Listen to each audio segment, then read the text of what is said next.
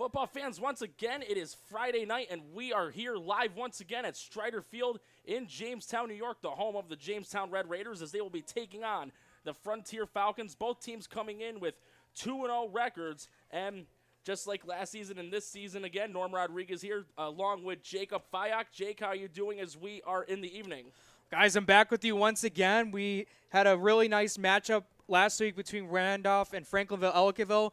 This one, we're getting just as a good match as we saw last week. Two undefeated teams, also undefeated in the A South. Two big teams coming up here at Jamestown, between Jamestown and Frontier for a big league matchup, and we're going to have a really fun game here as Frontier has done a phenomenal job establishing a run game through two premier running backs in number 33, Dylan Mack, and number 10, Vinny Monaco. And as for Jamestown, the offense has been through Jalen Butera, a guy who's had a lot of offers, some going to Division I, and him, along with Mack and Monaco, are going to be three big key parts of the run game for both their teams. And so far for Butera, first two games, he has been the workhorse. He's been carrying all those weights on his back. He's got 532 rush yards in the first two games of the season, and he's rushed for 9 touchdowns, and this is all on 51 carries. So he's averaging more than 10 yards a carry on the season. But one guy on the defensive side Frontier needs to look out for. He's done very well this year so far. Ben Anderson, 15 tackles. He's also got 3 quarterback sacks. Yeah, I mean, listen, Jamestown this season, this is the revenge tour.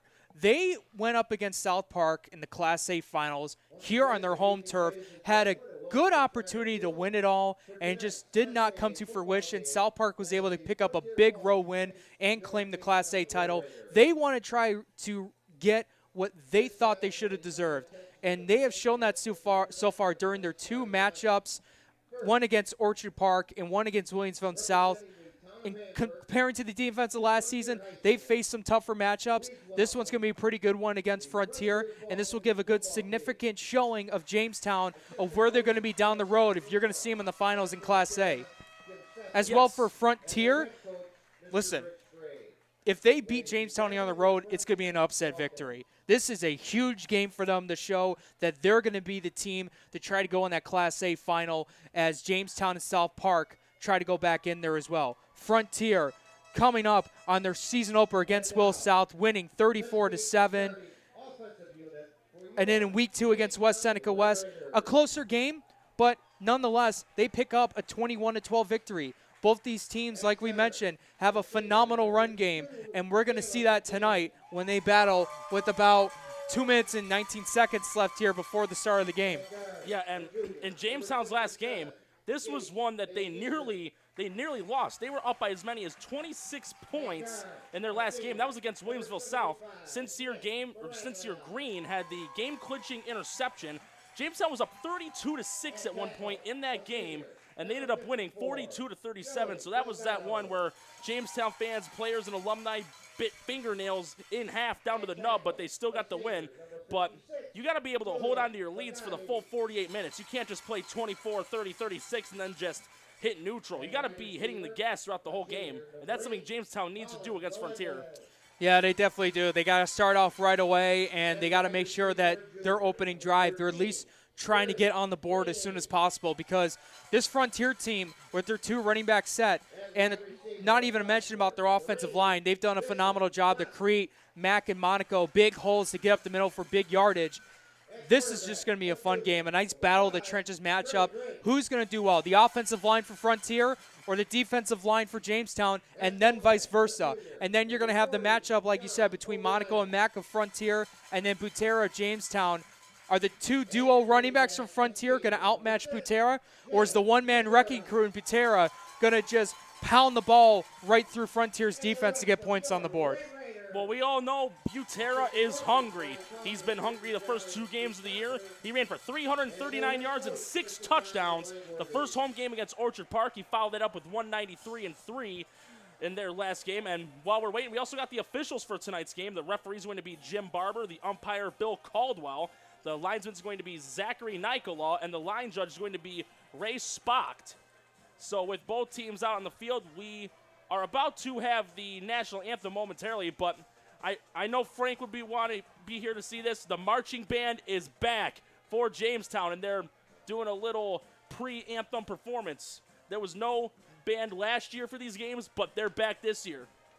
You also missed out on an opportunity because finally I had the opportunity to go to Davidson's down here Davidson's in Jamestown. Great, yes. Very, very good food down there. And we're about to have the national anthem, so viewers, hang tight, and we'll see you on the other side. As I present to you the Jamestown Red Raider Marching Band for their presentation of our national anthem.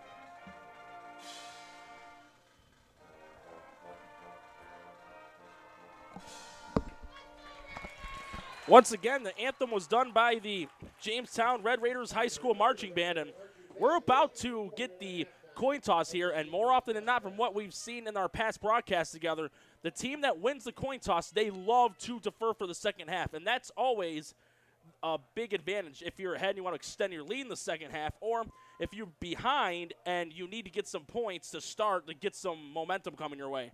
So not a bad decision to defer. Not only that, but on top of all that, if you have a great offense, you want to defer because it gives you the opportunity for the first two quarters to put up as many points as you can. And to add insult to injury, let's say you're up like 2 or 3 scores. Yeah. You get the ball to start off the second half, and if you get that opening drive on the second half with the touchdown, it just gives you so many momentum on your side and blows the game wide open, and that's a game plan you want to have. I'm expecting one hell of a matchup here tonight. This, again, Jamestown Red Raiders, Frontier Falcons, and from stat lines on both teams, this could be a game where running will be the paramount thing. Drake hasn't thrown the ball too much this season. Neither has Frontier's quarterback. But 6 completions for him in the 17 attempts. 3 of them have gone for touchdowns, so making the most of those opportunities as we are about to get the coin toss right here.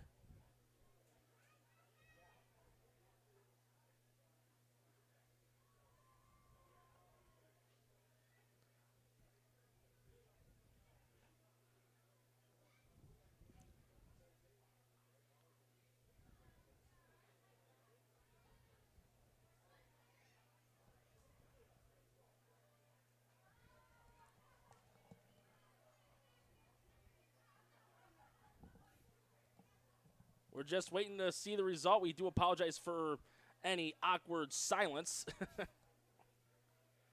You know, throughout the game, you're going to see key moments that are going to drastically change the course of the game, you know, whether it could be an interception or incompletion or fumble, anything like that.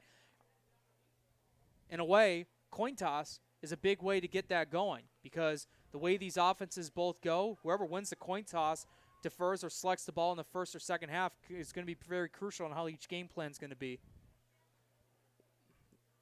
Well, the last time Jamestown was home against Orchard Park won the coin toss, but they wanted the ball first. We'll see how it is here as the coin toss has been done. Let's see who it is. Frontier wants the ball. They've won the toss, and they will receive. So a bold statement there by the Frontier Falcons. They want to get on the board first, and they want to do it right now. They don't want to wait and possibly let Butera carve the field like a Thanksgiving turkey and get into the end zone. So they want the ball first. They're going to get it, and the man kicking it off for them is going to be Caleb Bain, who he can boot the ball well. And a lot of high schools do use offensive linemen to kick the ball because they can kick them deep. They've got lead feet.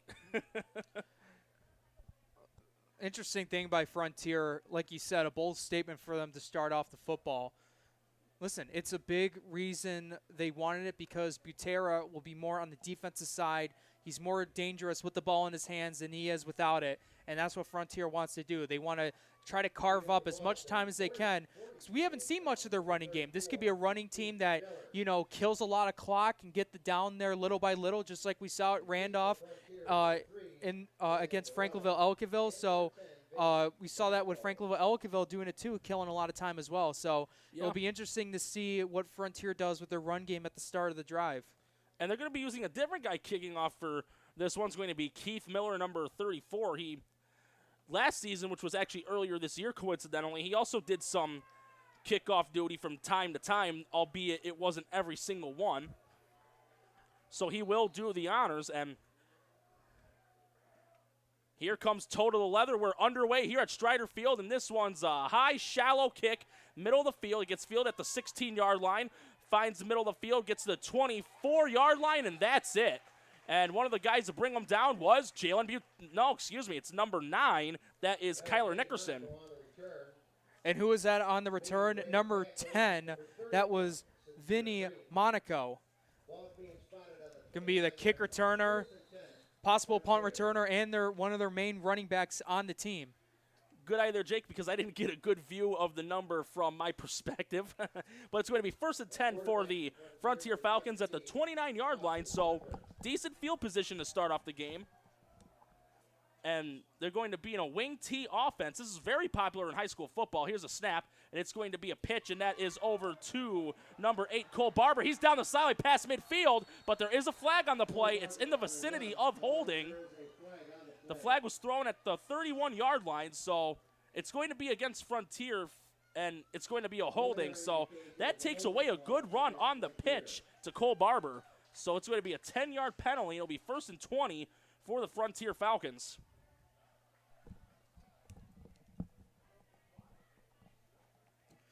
Yeah, they had a big run opportunity, and the holding on Frontier just kills that chance to move the ball down the field. A first big play for them gets negated and pushes their offense even back more. So it'll be a 1st and 18, so the penalty will be on the spot where the holding was. So it'll be at the 21-yard line, 1st and 18, and Frontier again in the wing T. And motion man's going to be a pitch over to Dylan Mack. He was the motion man. He gets to the 30, down to the right sideline to the 40, 45 to midfield, and knocked out of bounds, and he's got more than enough for the first down. That was about a 30, 31-yard run right there, so they'll happily take the penalty because after that, they get a first down. This time, no flag. Yeah, Dylan Mack has tremendous speed, and once he gets open and gets clear space, he'll take off. He's done a phenomenal job, averaging well more than 5 yards a carry throughout the start of the season, and you see it right there. You get the good blocking. You get a good job where a lot of the defensive players are on the opposite side of where he's running to, and they're already close to Jamestown territory.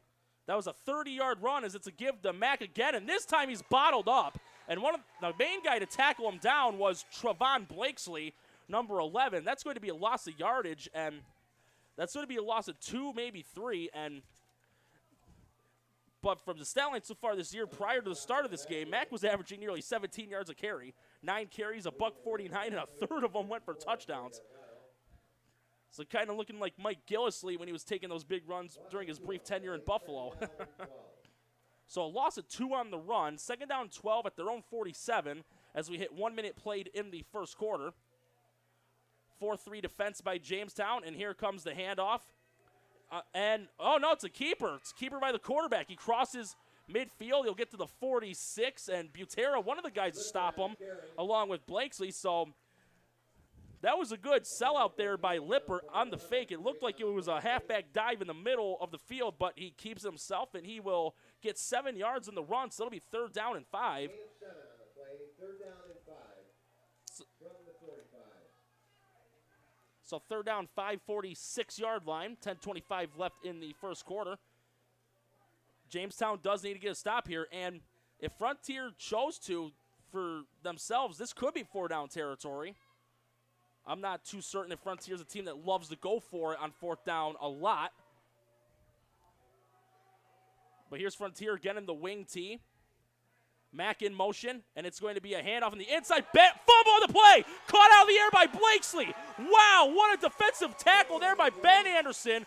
Ball pops loose. Blakely catches it out of the air, and Jamestown gets the first big break of the... Or no, I beg your pardon, he's going to be ruled down by contact, but it is going to be 4th down, and it is a loss of 2-3 yards. So big break there by Frontier. Very fortunate that was not a fumble. Wow, it definitely was, and it's smart by Frontier to send the punting unit out because yes, you're going to try and going for it with trying to have a deep run game. You short that first down marker, you're putting Jamestown in great field position. But, man, that had to have been very close for not being a fumble because it looked like it was initially was, but the runner was down by contact before the ball came out. We could see a fake here, though, Jake. Sorry for the cutoff. There is a motion, man. But here's Lippert. He will be punt, and Butera's the deep man. That's a nice kick. And he'll corner it, coffin corner it out of bounds, keep it out of the dangerous hands of Butera, and we'll see where the ball lands. It's at the 24-yard line, so a 30-yard punt, but a job well done by Lippert to avoid a possible big return by Jalen Butera. Yeah, that was a nice high-arcing punt. Got it towards Jamestown sidelines. And, listen, 24-yard line with Jamestown offense has shown to be very successful, not only this past season, but this season as well. Getting that ball 76 yards down the field is going to be a challenge. But that's a challenge Jamestown is capable of accomplishing. So it'll be 1st down and 10 at the 24 for Jamestown. This will be their first offensive series of the game. And they're going to have a 3-wide set. Butera, the single back. Drake in the shotgun, takes a snap, and he'll pitch it to Butera, and he'll get to the 25, and he'll pound the rock to the 30-31. The ball did pop out, but he was down by contact, and one of the guys didn't get a good view on who brought him down. It looked like it was Tyler May, number 64, on the tackle, but it's a gain of 7 yards. And that was a more clear example of Butera not fumbling the ball in that case. He was well beyond down. Same formation as last. Here's a snap. Drake wants to throw to the air. Throws, and that one is complete. And crossing the 40-yard line to the 44. The pass was caught by Sean O'Brien. So he gets it to about the 44-yard line. That's more than enough for a Jamestown 1st down, so move those chains. And that's about a gain of 12 yards on the pass. And it is a 12-yard gain. It'll be 1st down and 10 for Jamestown. And that's Trey Drake staying poised in the pocket, finding his teammate, able to get big yards for the 1st down, found Sean O'Brien, and gets his team moving forward. Oh, nearly a bad snap, but Drake catches it, rolls out to the right, looking. He's going to wing it, and caught! What a catch there by Colin Melendez. Wow. A catch by Melendez. What a throw by Trey Drake. He's rolling out of the pocket. As soon as he throws it, he gets absolutely crushed. Defender goes low on him. The Melendez has to make a little diving effort, go low to make a catch. 2 very good plays, passing plays by Jamestown, gets them in the Frontier territory. That was a 13-yard completion there to Melendez, who has become a Swiss Army knife for Jamestown. Receives well, does well in run plays, punts the ball very deep. It's another give to Butera, and he'll cross it to the 40-yard line. So about a 3-yard gain. So far, 2 carries, 10 yards. Good start for Butera. And we've got 7:48 left in the 1st quarter. And Jamestown, they are in Frontier territory. They're at the 40-yard line. And so far, they've gotten there in just 4 plays. And I'm surprised it was 2 runs and 2 passes and not all run plays the way Jamestown has been running the offense the first couple games. Fake handoff. Drake throws. Caught by O'Brien again. Breaks a couple tackles. He gets to the 30, and that's going to be enough for another 1st down. O'Brien's 2nd catch of the drive. I like what Tom Langworthy's done so far on this drive. They're not letting Butera do everything right away. We've seen that on certain game plans throughout this season and prior season with Butera. He's letting Drake get the ball, throw it, get some quick passes, then move the chains. And here comes an option pitch to Butera. He gets to the 30. He could be gone. Picks up a block at the 10. He gets to the 5, and he's in for a touchdown. An offensive effort, well done by Jalen Butera, a 31-yard touchdown run. Give him double digits. That's rush touchdown number 10 number 10 on the season for Butera, and it's just the third game of the season.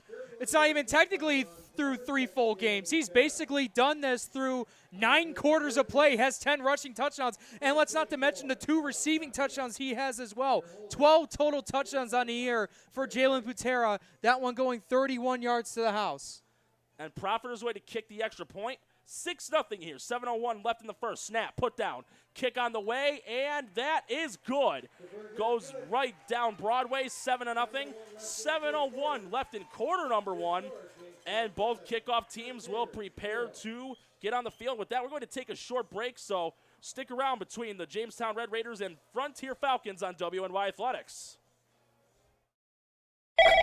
Paul Wolf Agency, how can I help? I got a problem. I got a big problem. The house flooded overnight, everything's destroyed, and I don't know what to do. You can relax. The wolf is on his way. What's the damage? It's bad. As opposed to good? It's 20 minutes away. I'll be there in 10.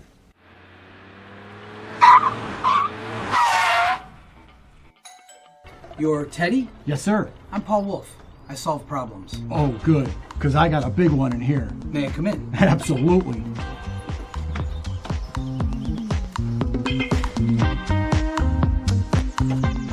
Mr. Wolf, can I get you a cup of coffee?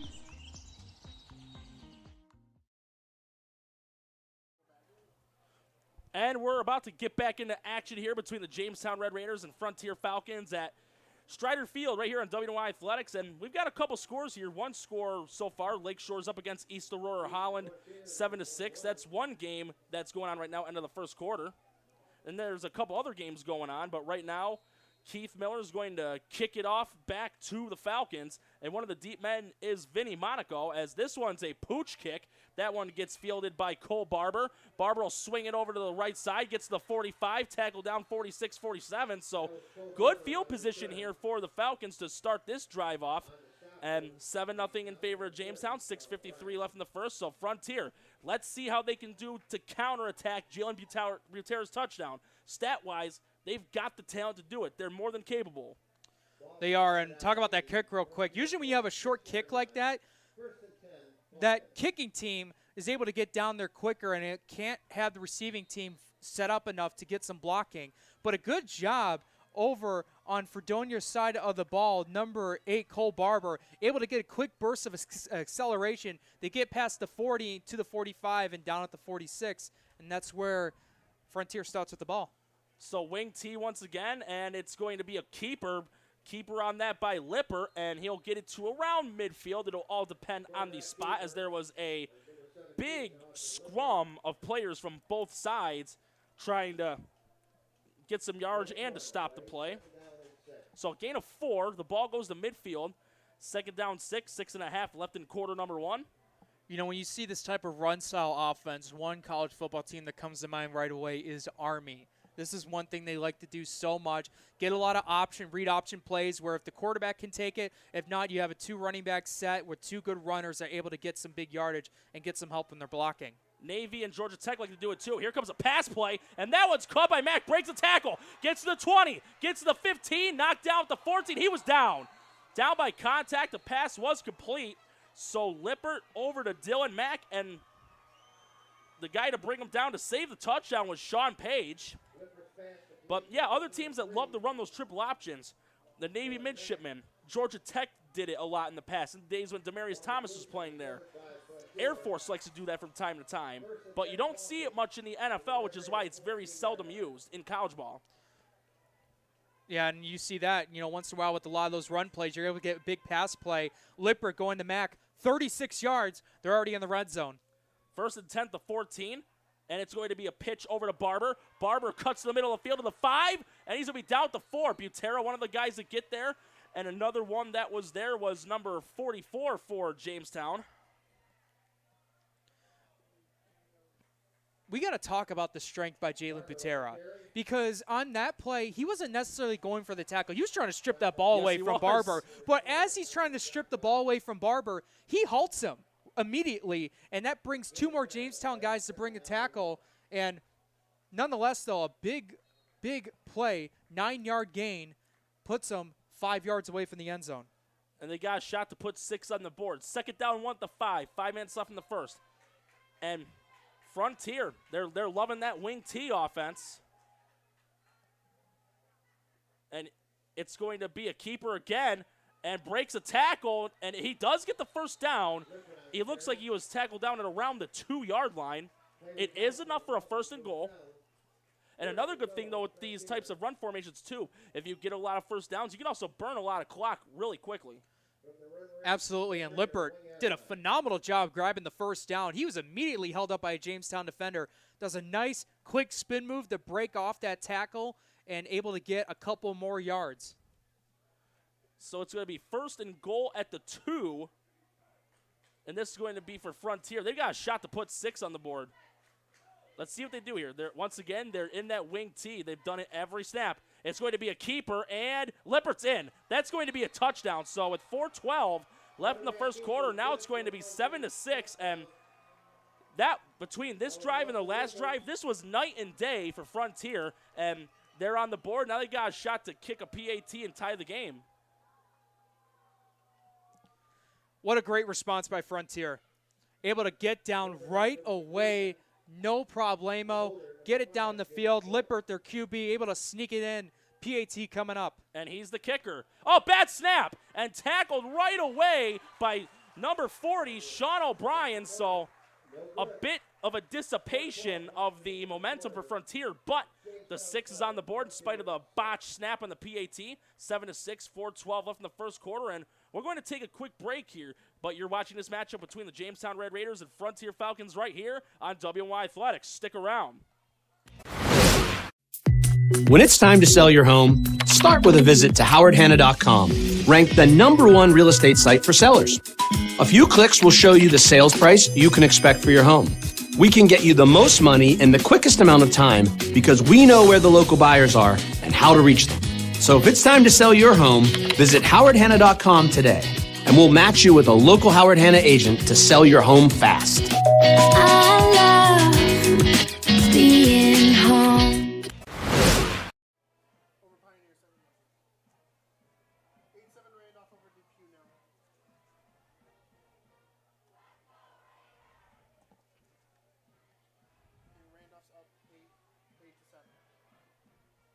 Randolph up 8-7. Are we back live? Hang on. Over who? And we're about to get back into the action here between the Jamestown Red Raiders and the... Rough. Ready? And we're back into the action here. Frontier about to kick this ball off to Jamestown. The deep men are going to be Butera and Blakesley.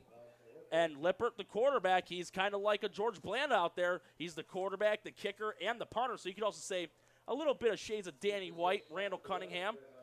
Let's see how Lippert does in this kickoff. From what we saw in warm-ups, he can boot the ball. But he gets prepared to kick it off. And I think he'll kick it to the side of Blakesley. We'll have to see. Here comes the boot. And that kick's a beauty. Wow.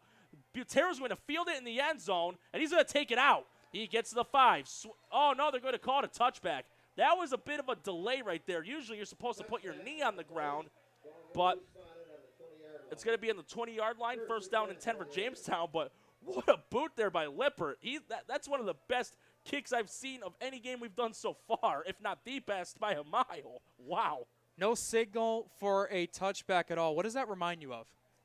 Oh, the Clemson game or the Texans-Bills game. Texans-Bills, man. This is immediately what I thought of. Karma got them. They went 4-12 the next year.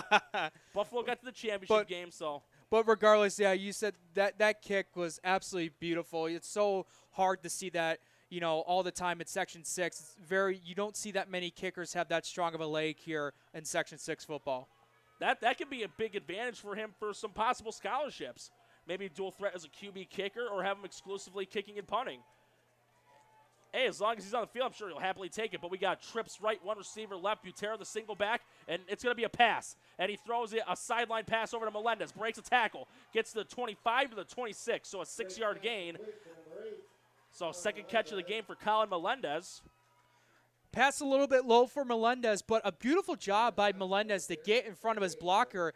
His blocker is able to initiate a bit of a double team, little screen play to get Melendez a couple of forward progress.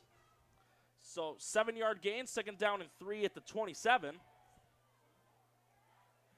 Trips on the opposite side, one receiver right, and this one will be a give to Butera. He'll swing it to the 30, and broke a tackle to the 35, knocked out of bounds 37-38. He broke the tackle from Conrad Ring, and he gave him a little bulldozer move with the shoulder pad, got some extra yards, and with that run, Butera's already over 50 yards rushing in the first quarter alone. Butera just doing a phenomenal job, as he's always been throughout his career as Jamestown. As a running back, he's so strong. He's very powerful, has a wonderful center of gravity where he's able to truck players like that to get yardage. So far, 52 yards rushing already for Butera. Fake pitch. Drake's going to lob it over to O'Brien. Caught! 40! 35 gets brought down at the 32-yard line. So 3 catches for O'Brien. One of the guys to bring him down was Max Carter, number 7, and O'Brien getting those little dishes of potatoes, O'Brien, with that catch. O'Brien's not usually their top target in terms of the passing game. It's either Melendez or Butera, but O'Brien making a name for himself in this big, crucial league matchup. That one was a gain of 37 yards. 1st and 10 at Frontier's 32. Here's a snap. Give to Butera again. This time he's bottled up. And the main guy to bring him down for Frontier, that was Conrad Crichton, number 50, an O-lineman, D-lineman combo. So it's going to be a loss of a yard on the carry, and that's a rare one. Looks like a blue moon hit the sky with that. A loss of yardage run for Butera. But right now it's going to be a 4-wide set, and Butera, the only back. Shotgun snap, fakes the pitch of Butera, looking to throw. He's going to shoot this one deep, incomplete. And that one was intended once again for Melendez, but it was not a catchable ball, so it's going to be 3rd down 11, and this is definitely 4-down territory for Jamestown. Max Carter, the defender, there on Melendez, and I think they're trying to possibly try to get a flag there for pass interference, but Carter was there on Melendez, whether there was contact or not, did a good job defensively to make sure that pass was not going to be caught. Even so, it was not a catchable ball, but right now it's going to be a trips right, one receiver to the left. The lone receiver on the left is Freeney. Butera the back, shotgun snap, Drake rolls. Now he'll set up a screen. Caught by Butera, 25, 20, breaks the tackle, gets to the 15, makes an arm and miss, he's going to go in. Whoa, offensive patience there by Butera. Cue the KC and the Sunshine Band because he did a little dancing to avoid the defenders, gets in the end zone, 2nd touchdown of the game for Butera.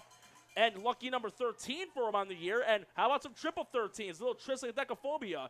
2:13 left in the first quarter. 13-6 in favor of Jamestown as Profiter will get ready to kick another PAT. Oh, and by the way, as long as we're still on Butera and his touchdowns, with his being 13th total touchdown this season, 3rd reception touchdown in the season, every touchdown reception has been from Butera. Yes, it has. Extra points on the way. That's good. 14-6 in favor of the Red Raiders. 2:13 left in the first quarter, and they're going to prepare to kick it back off the Frontier. Frontier did answer back with a touch on their last drive, albeit it was a bad snap in the PAT, and the holder, Jacob Bush, tried to do something, but he had no time. But let's see if Frontier can answer again.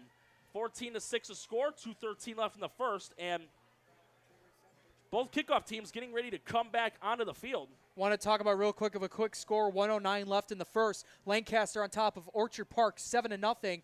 And end of the first quarter, Randolph up on Depew, 8-7. Speaking of Randolph, last week, Xander Heine rushed for 330 yards and 4 touchdowns. He's averaging nearly 9 yards a carry this season. He's rushed for more than 500 already. So he's having a very big year for the Randolph Cardinals. How about that for running in Western New York? In terms of numbers, 2 of the best running backs are in the Southern Tier. Yes, they are. Here's some other scores. WNY Maritime Health, they're up over Burgard, 22-0 in the first quarter. Iroquois is up over Dunkirk, 10-0. And we'll have some more scores for you all as we go on with this game. So stay tuned. Keep on watching. We always appreciate you all watching or listening in if you're unable to watch it, but you still want to listen to the audio. But here comes Keith Miller with the boot. And this is going to be a squib kick. And that one gets fielded by a front man, and that was by number 86, Tyler Nagelay. He fielded the squib kick, gets it to the 40. So that's the double-edged sword of squib kicks. Even with a small return, that's good field position. You know, you and I were talking about this game when we were over at Davidson's and just seeing what the type this game was going to be. And a part of me really wanted this to be a shootout. And so far it looks like that. They're going punch after punch, just trying to get the big knockout to try to get their team the big lead and run away with the victory. Frontier now has to respond. Can they do it? When Jamestown scored their first touchdown, as we mentioned, Frontier did respond. They'll have to do it again. Mack in motion. It's going to be a pitch to him, and he's met right away. And the guy to bring him down was Sincere Green on the corner blitz.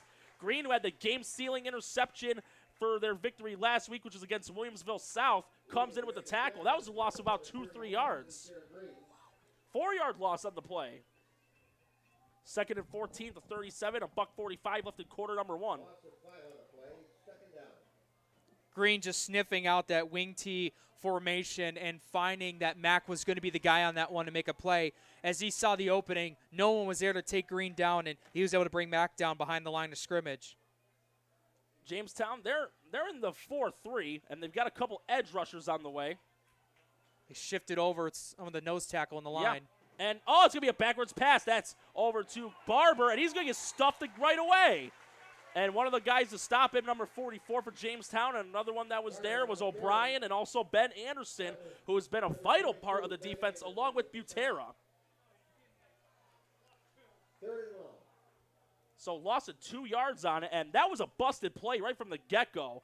As Lippert took the snap, Jamestown was not fooled on the option, so Lippert was forced to throw a backwards pass over to Barber, and they snuffed it out. And this is where Frontier is going to have a hard time in these situations. 3rd and long, you can't really rely on that run game because it's in your territory. Now you have to throw the ball. Got to get towards Jamestown's 49 to get the first down. Lippert has thrown for nearly 250 yards on just 7 completions and 16 pass attempts. But a timeout's going to be called by Frontier, and we'll take a quick break ourselves. You're watching this matchup between the Jamestown Red Raiders and Frontier Falcons right here on WNY Athletics. Paul Wolf Agency, how can I help? I got a problem. I got a big problem. The house flooded overnight, everything's destroyed, and I don't know what to do. You can relax. The wolf is on his way.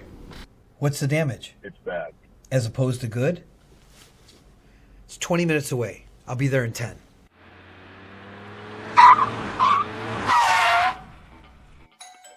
You're Teddy? Yes, sir. I'm Paul Wolf. I solve problems. Oh, good, because I got a big one in here. May I come in? Absolutely.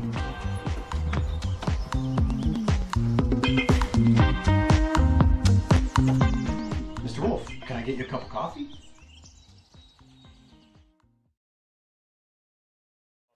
All right, let's go. We're going back. Hang on.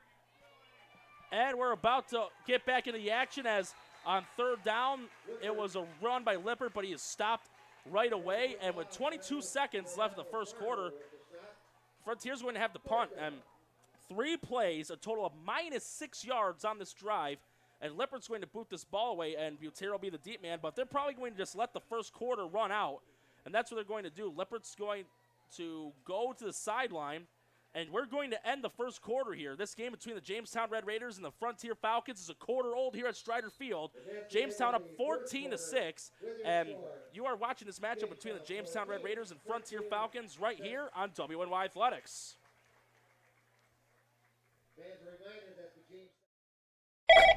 Paul Wolf Agency, how can I help? I got a problem. I got a big problem. The house flooded overnight, everything's destroyed, and I don't know what to do. You can relax. The wolf is on his way. What's the damage? It's bad. As opposed to good? It's 20 minutes away. I'll be there in 10.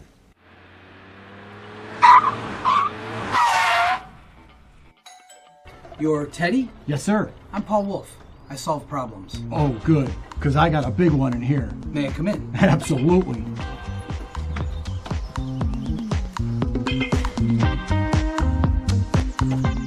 Mr. Wolf, can I get you a cup of coffee? Gotta go back. And we're about to start quarter number 2 here at Strider Field between the Jamestown Red Raiders and Frontier Falcons. Jamestown forced a 3-and-out before the end of the first quarter. To the viewers that are just starting to watch this game, Lippert's getting prepared to punt the ball, and the deep man's going to be Jalen Butera. I'm predicting Lippert's going to boot another coffin corner punt. They definitely got to try to make sure they get this ball out of Butera's hands as soon as possible. Try to get the least amount of touches in Butera's hands. That includes running, that includes passing, punt, kick return. Make sure he does not get the ball. Punt, and that one's a beauty. Going to the 30, bobbles it, picks it up. Butera gets it to 29, and he's stopped right away. And the guy to bring him down for Frontier, that was Brendan Bush, number 28. So Butera, that bobble proved costly as he loses yards in the return. But we've got some scores on some other high school games going on tonight. Yeah, right now at the end of the first quarter, Sweet Home is up on Ken West 7-0 with 11 minutes and 55 seconds remaining in the second quarter. Randolph is on top 16-7. Lancaster on top of Orchard Park 7-0, and a shootout for South Park. They're winning 16-14. Wow. Over Will East. And there was also a couple games going on yesterday on Thursday. Bennett defeated Clarence 40-28, and in a defensive battle, I would assume, Cleveland Hill, they defeated Tonawanda 8-6. Before this drive gets going, we want to thank our sponsors for tonight's game. It's brought to you by Howard and Hannah, G&G Fitness, and Logistics Plus of Buffalo. And we've got a trips left, one receiver right, Butera the single back, Drake in the shotgun, and he wants to throw. And it's in the flats to Melendez, but that's all he's going to get as he gets brought down. He nearly broke a couple tackles, but it's going to be about a 3-4 yard gain from the forward progress. And two of the guys to bring him down, from my vision, it was Gavin Borello as well as Max Carter. So it's going to be a gain of 6 yards on that completion. Gain of 6 on the play, 2nd down and 4. So 2nd and 4. And Jamestown, they're going with the trips a lot so far to start the first half. Drake in the shotgun formation. Here's a snap. Give to Butera. And he's going to be bottled up. Lost a couple yards on the play. And Jack Novak, the guy to bring Butera to the ground. So this is a big 3rd down here for Jamestown. If they want to get a 2-possession lead, they've got to convert this to start. And Frontier's done an amazing job when Butera's getting that ball, trying to up the middle. When it's a draw play or option play, they're able to stuff him for either a gain, little loss, or even no loss at all. And this is where Drake's going to have to get his arm going, get the passing game. That was a loss of 2 yards on the play, so it'd be a 3rd down and 6. This has to be a passing down here for Jamestown. Traditionally, it could be a give to Butera from time to time, but Drake has to use that arm, and he will. Looking to throw, staying in the pocket, rolls to the left, looking, and he's just going to keep it himself. Crosses the 40, gets out at the 42, and that's going to be enough for a 1st down. So Drake stays patient in the pocket, rolls out, doesn't find nobody, but he keeps it himself, gets the 1st down, and the drive continues. Gain of 10 yards on the play for Drake, and he's shown to be that dual threat guy. He can get the ball down the field, and when necessary or for design plays, he can use his feet to get going, and he saw that no one was there, able to scramble out of the pocket, get the 1st down. Empty backfield here.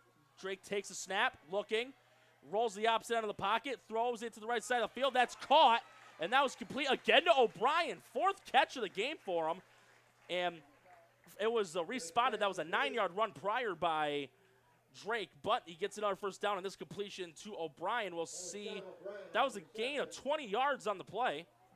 So that's going to be a 1st down 10 with 10:05 left in the half. Jamestown, they've got an opportunity to make this a 2-possession game, but Frontier, they need to tighten up their defense if they want to prevent a score.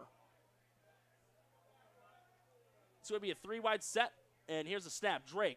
This will be a pitch to Butera, and he crosses the 35, picks up a block from O'Brien, gets knocked down around the 33-yard line, so that'll roughly be a gain of 4 yards. We'll have to wait and see the spot.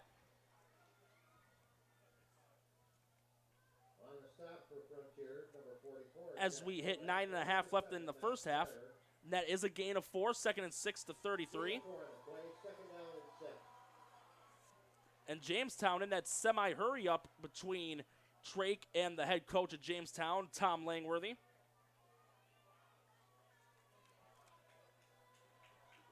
And it's going to be 4 wides, 2 on each side, 2 slots. Drake with a snap, fakes the pitch to Butera, looking. and he's under pressure. Gets out of the pocket, still looking. There's going to be a holding penalty on the play. The flag was thrown that was in the vicinity for it, so. Yeah, it's going against Jamestown. I believe number 56, Julian McGahee, was the main guy as a rush was coming right through. He held on to his defender, and he let go immediately, but you see that defender flailing his arms a bit when he knows that he shouldn't be holding him anymore. Ref has to call it. Flag was thrown, and this ball gets pushed back towards the midfield marker. So with it being at the spot of the penalty, plus the 10 yards, that's a big one. This is a 17-yard penalty, so it's going to be a 2nd down and 23. 2nd down and long from midfield. And they're back in midfield. They're going to have Melendez come and take a snap at quarterback from what I'm seeing. Or no, I beg your pardon. From the view of it, it kind of looked like it, but he's going to be a slot receiver. Trips right, one receiver left, snap. And he'll throw a screen over to Melendez. He gets midfield, 45 to about the 42-yard line. One of the guys to bring him down, that was Tyler May. So it'll make it a 3rd down and about 15. So a gain of 7 on the play, 3rd and 15. Or gain of 8. A little bit of confusion there on the board. But 8:18 left in the first half, 3rd and 15 at Frontiers 43. 14-6, Jamestown is ahead. And Drake's going to have to use his arm again. He's got Butera. He's got Melendez. He's shown O'Brien in this game. He can get the ball down the field. Takes a high snap, looks. He'll throw one in the flat for Butera, and he can't hang on. And honestly, I don't even know if he would have gotten the 1st down because Gavin Borello was also right there. Should have Butera have caught it, and he could have met Borello right away. But you never know. Butera could have also broken a tackle. He's done it a few times tonight. He definitely has, and that one's just a little out of the reach of Butera. Drake trying to lead him away from the defender that was chasing him, and it just got out of the fingertips of Butera, and the punting unit comes out for Jamestown. It's going to be Melendez punting the ball, and the 2 deep men for Frontier, they're going to be Gavin Borello, and also it appears to be number 21. We don't have a 21 on Frontier's roster. But here, high snap. Melendez bobble it, juggling, and he's going to fall at the 40. And that's a big mishap there by Jamestown. And this is not Melendez's fault. That was a high snap. Melendez tried to Ray Guy it, catch it with one hand, but couldn't make the catch. Dribbled the ball around, picked it up, but he wasn't able to try a rugby kick. He fell down at the 40-yard line. And Frontier, they're going to be in Jamestown territory, and this is a reprieve and an advantage they have to take advantage of. Nothing could be more of a golden opportunity than right here for Frontier. Ball's at Jamestown's 40-yard line. Use that wing T offense. Get your team in the end zone. And when you do, go for 2. It'll be a nice, good way to tie this game up with a little late in the 2nd quarter. Lippert under center. Motion man. It's going to be a handoff, and it's the number 21. Gets it to about the 35-yard line. Yeah, we apologize. We're going to be saying 21 from time to time as he's not appeared to be on our rosters that we were given. We'll definitely try to look up to see who number 21 is for Frontier once the second half gets going. So it's a gain of 4 on the play, 2nd down and 6. Ball at the 36-yard line. So Frontier once again on the wing T, and it's going to be a give again to number 21. Breaks the 30, gets to the 29-28. That will be enough for a 1st down. 1st down. So 1st down 10 for the Frontier Falcons.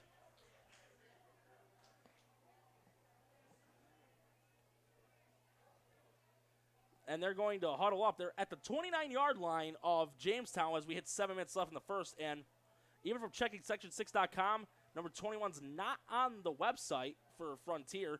It may be a player on the roster by having to use a different number. But we're not sure. But here is another handoff to number 21. And O'Brien, one of the guys to trip him up, grab it onto the leg for dear life. It'll be either a 1-yard gain or just got back to the line of scrimmage. We'll have to wait for the spot.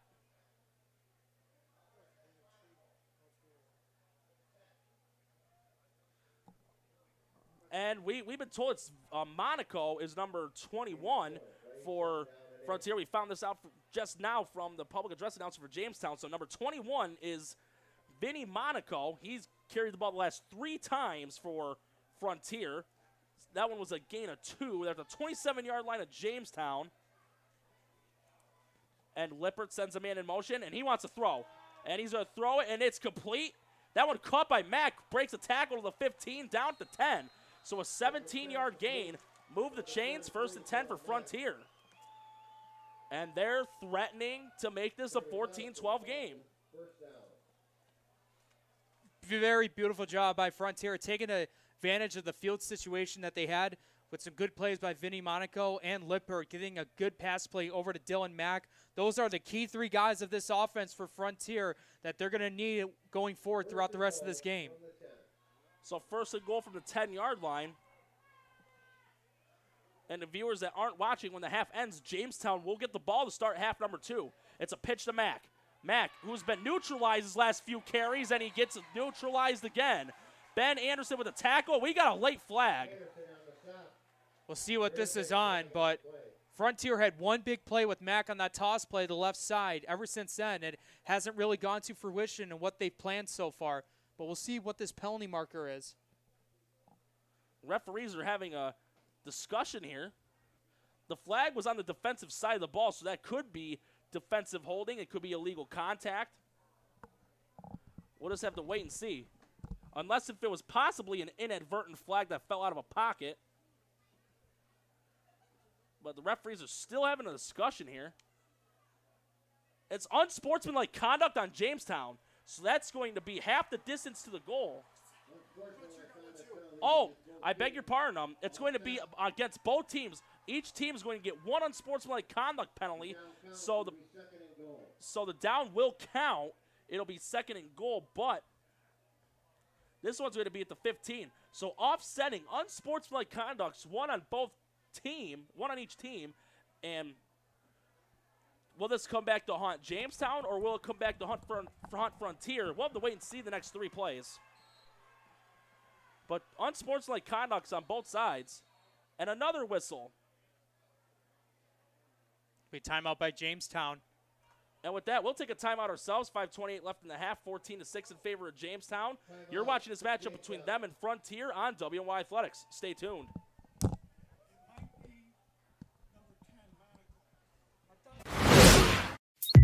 When you're ready to buy a home, start with a visit to howardhanna.com. You can find new listings before they appear anywhere else and refine your search for immediate notifications of similar properties. Plus, get pre-qualified to make your offer stronger and connect with a local Howard Hanna agent who knows your area and how to close the deal. So when you're ready to buy, visit howardhanna.com and find your home fast. I love being home.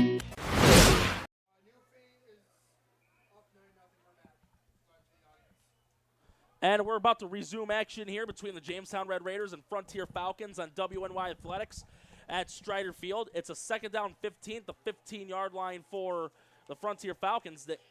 And what got this drive going on a good start, a high snap on a punt attempt for Melendez, and Frontier started at Jamestown's 40, and they're more than halfway to the end zone. They've got 25 yards so far.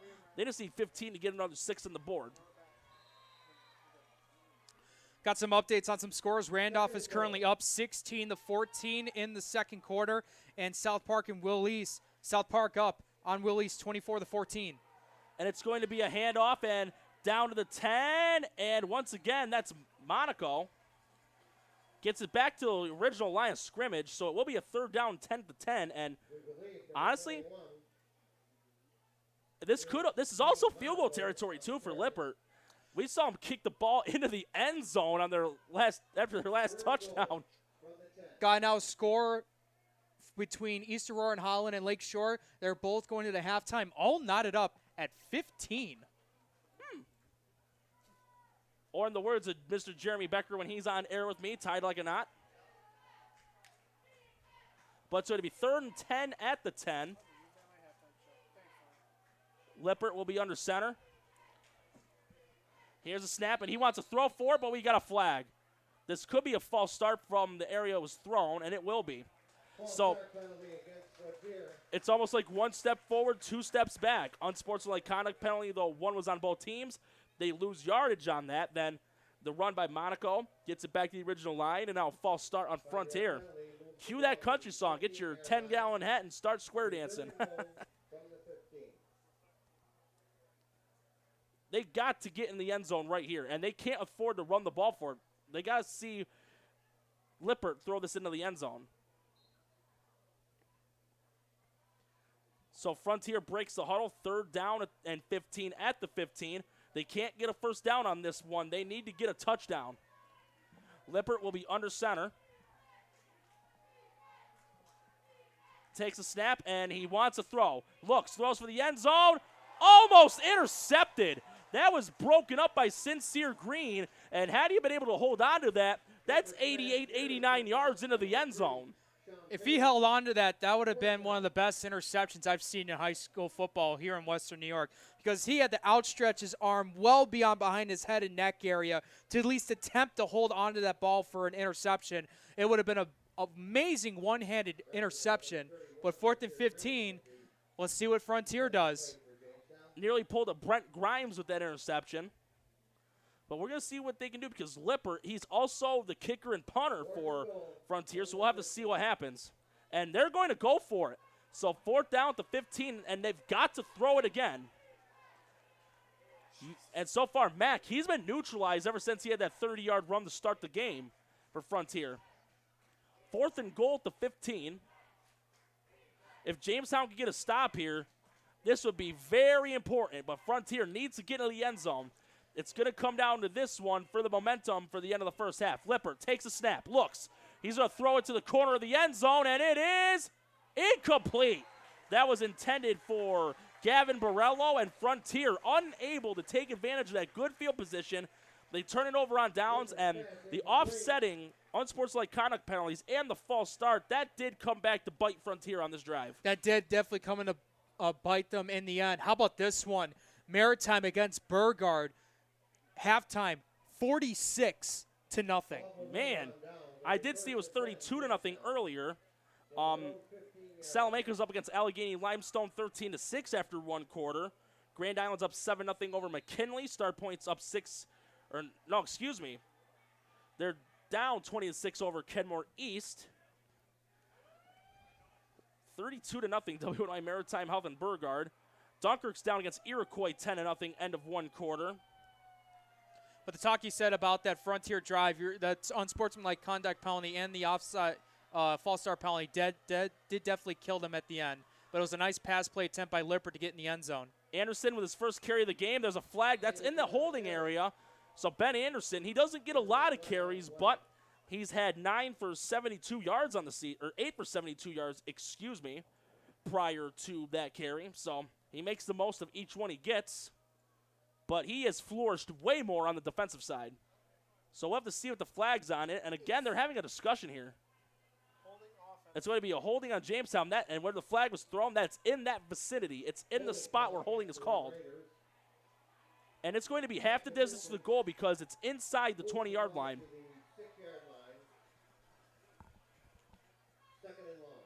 So it's going to be 1st down and 20 at the 6-yard line. So Drake in the 2-back set with 3 receivers, 2 to the right, 1 to the left, and he'll just give it to Butera. He finds a gap. He's in the 15 to the 20, and he's going to be brought down there. No, excuse me, that was Ben Anderson with the carry. So gain of 15 on the run makes it a 2nd down and 5. After that big holding penalty by Jamestown, Anderson probably went to the huddle saying, I need that football again, guys. I want to make sure that we get this, our offense out of our own red zone right away and try to get it downfield, push it quickly, and he did that on one play, cutting up the middle for a 15-yard pickup. It's going to be a 2-wide stack, 1 receiver left, and it's going to be a give to Butera, and he'll cross the 25 to the 30, and he'll get to the 32. More than enough for the 1st down. One of the guys bringing down for Frontier was Dylan Mack. So a 1st down for Jamestown, and if they want to, with the running game doing well the first couple plays, they could run down at least another 2 minutes, take a 2-possession lead. And the catch is they get the ball to start half number 2. That's exactly what I would be doing if I'm head coach Tom Langworthy. Kill as much clock as you can and make sure you get in the end zone to extend this lead before the half. So a 3-wide, 2-back set again, pistol formation, and this is a give to Butera again. And this time he stopped. And in spite of the 2 touchdowns by Butera, Frontier, compared to the other 2 teams Jamestown has played, Frontier's done an impeccable job so far, keeping Butera at least somewhat neutralized, stabilized, however you would want to say it. I mean, if you look at a lot of the offenses so far for Jamestown, they've averaged more than 30 points per game. We got 2:20 remaining in the first half. They only got 14. So Frontier's defense has done a pretty good job to make sure they get allowed only 14 points. And if you're going in the half and you're only down by 1 score against Jamestown, that is going to be a huge win. Drake's going to look to throw, takes a snap. He's going to go deep. He's going long, and it's going to be incomplete. It was intended for number 80 for Jamestown. We don't. I'm going to wait for the. Oh, I didn't get to hear a name of number 80 for Jamestown, but we will try to find the name. But it's going to be a 3rd down and 9 at the 34. And Jamestown, if they go 3 and out here, Frontier does have another opportunity possibly to make this at least a 14-12 game. But we will just have to see what Jamestown does on this drive.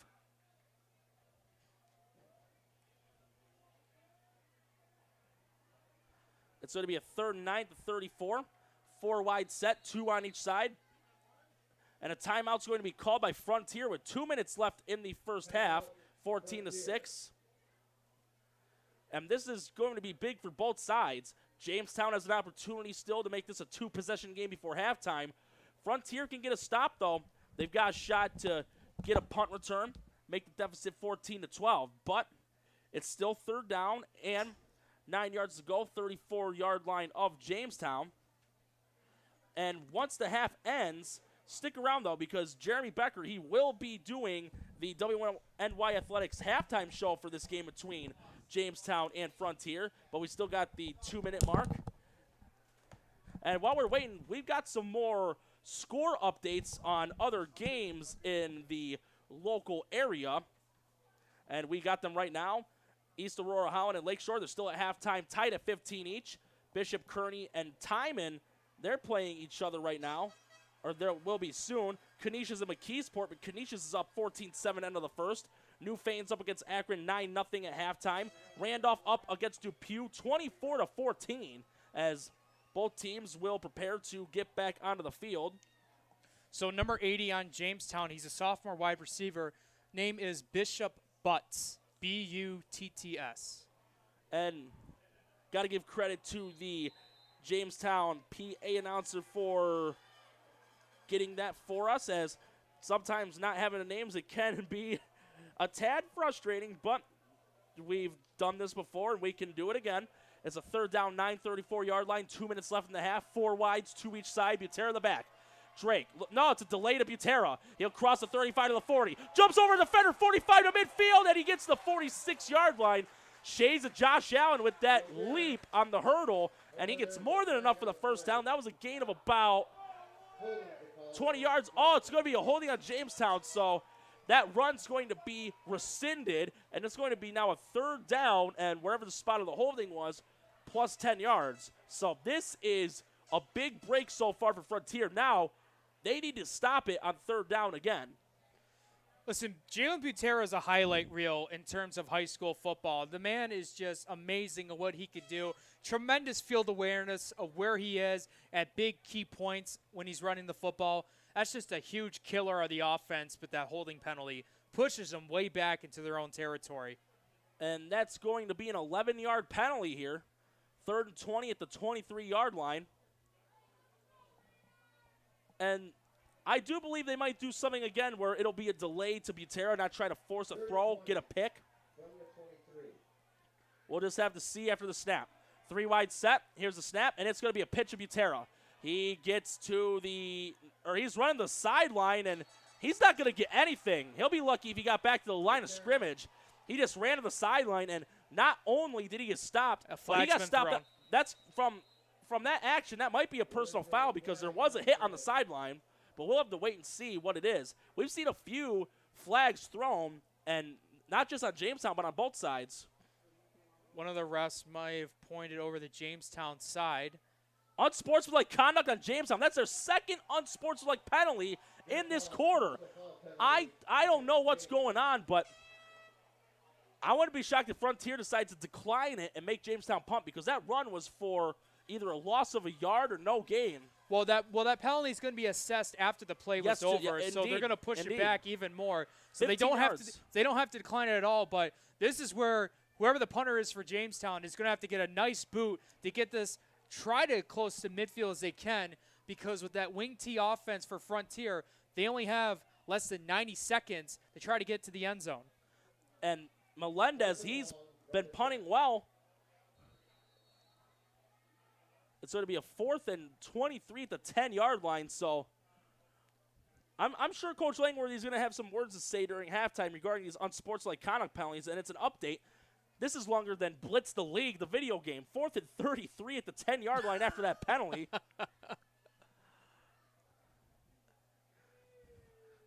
And if Jamestown wants to win, they've got to keep their composure. So far, 2 unsportsmanlikes in this quarter alone by them. 3 total because Frontier did also get one on their own end. But Melendez, he needs to boot this ball deep. Here's the boot. And that's a knuckleballer to the 35. And it's picked up by Monaco to the 40. Flag on the play. But he gets stopped at around the 38. It could be holding on the return. Another flag's been thrown. This might be another personal foul as a player is down on the field. So there was 2 penalties thrown. One initiated by the punt return and one back on the punting team.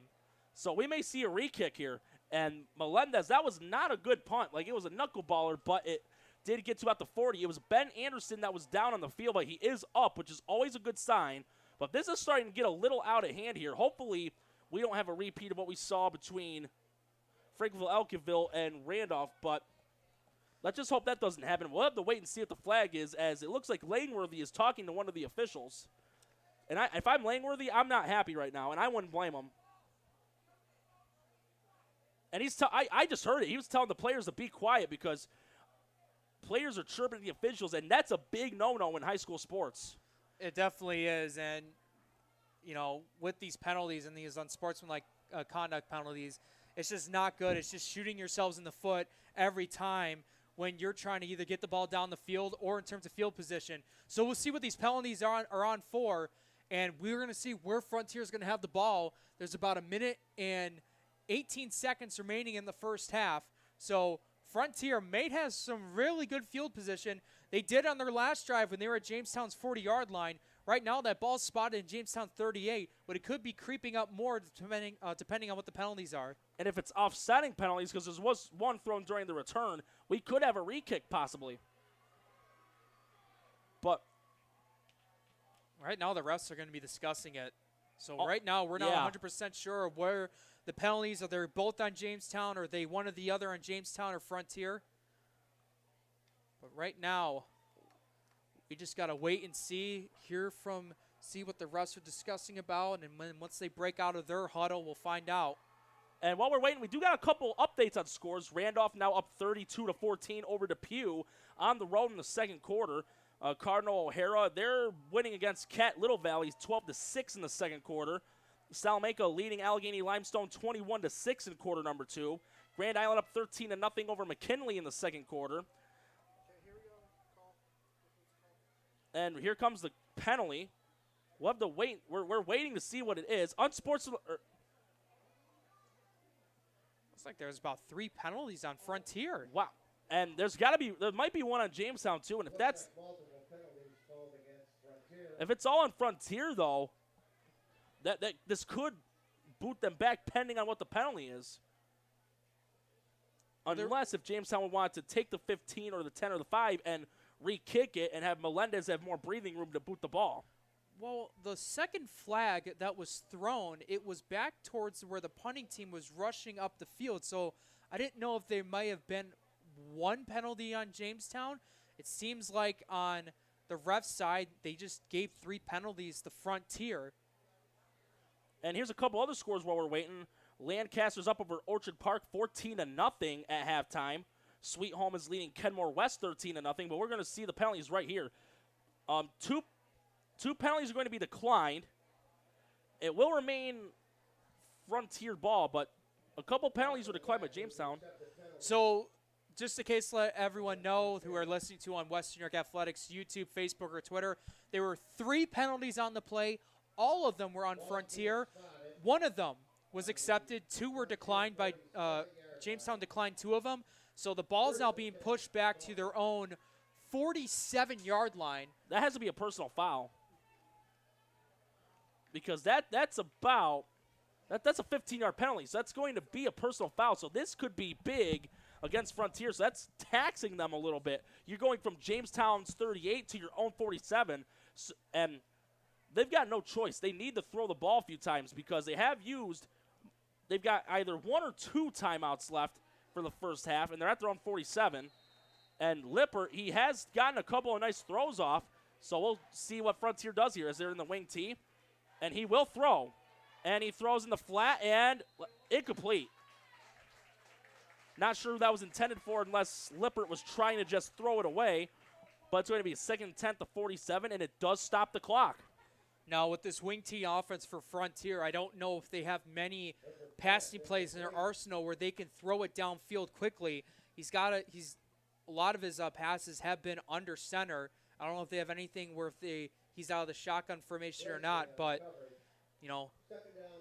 whereas you see that with Frontier's offense, with Jamestown's offense, they're able to get some quick passes right away and get down the field quickly, and Frontier needs to do that. 2nd and 10 to 47. And Lippert wants to go to the air. He's looking. He'll shoot it down the center of the field. Incomplete and a hit on the play. And that's the right call. I'm sorry, but the receiver that was hit, Gavin Borello, he was defenseless. That's a clear penalty. We are hearing the Jamestown fans disagreeing with it, but personally, to me, that's the right call. Yeah, he took a good shot. That ball was not near the vicinity of him at all. He took a big hit. His helmet is down, and he's being looked at by the trainer of Frontier. You got to throw that flag. You got to do that in that situation when there's a big defenseless player happening there in the receiving game. And with the injured player, we're going to take a break. 1:05 left in the first half. 14-6, Jamestown over Frontier. You're watching this matchup between these two teams on WNY Athletics. Stay tuned. Does he do car? Forget about it. How about home? Forget about it. Does he get good rates? Forget about it. And you're saying there's no problem too big for this guy? Forget about it.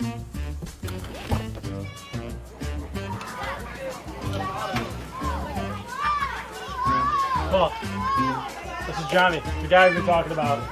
Johnny, this is Paul Wolf. Mr. Wolf, it's nice to meet you. Thank you for the invite. Not a problem. It's Paul, not Mr. Wolf. Oh, sorry, Paul. Johnny, forget about it. For all your insurance needs, call 835-WOLF and...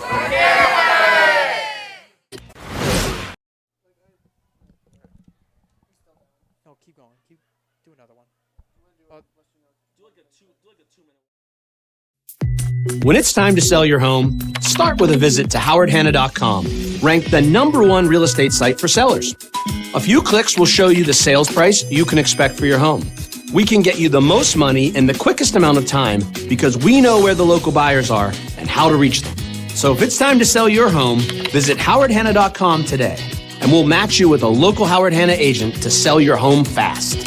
I love being home. At Cairo First Wellness, your health and well-being is our passion. Let us take care of you and your family like one of our own. Cairo First Wellness Center is dedicated to providing patients long-term relief and teaching them how to continue taking care of themselves. With a blend of different techniques, services, and personalized treatment plans, we'll help you find wellness in a way that's right for you.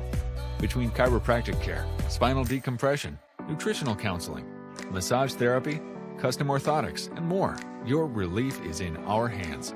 If twisting, popping, and cracking intimidate you, our Pro Adjuster restores the same range of motion as a physical adjustment would. And we're about to resume action. The good news for Frontier, this is a good sign. Borrello was able to get up and walk out on his own power. It was a helmet-to-helmet hit, and it was a 15-yard penalty, automatic first down, as Lippert in the shotgun wants to throw, shoots it downfield, and broken up by Green. There's no way he would have been able to pick that off, but a great break up there that was intended for Dylan Mack. And so far, besides that 30-yard run by Mack, he's basically been walking with cinder blocks on his feet when he's carrying the ball because Jamestown's defense has gotten it done against him.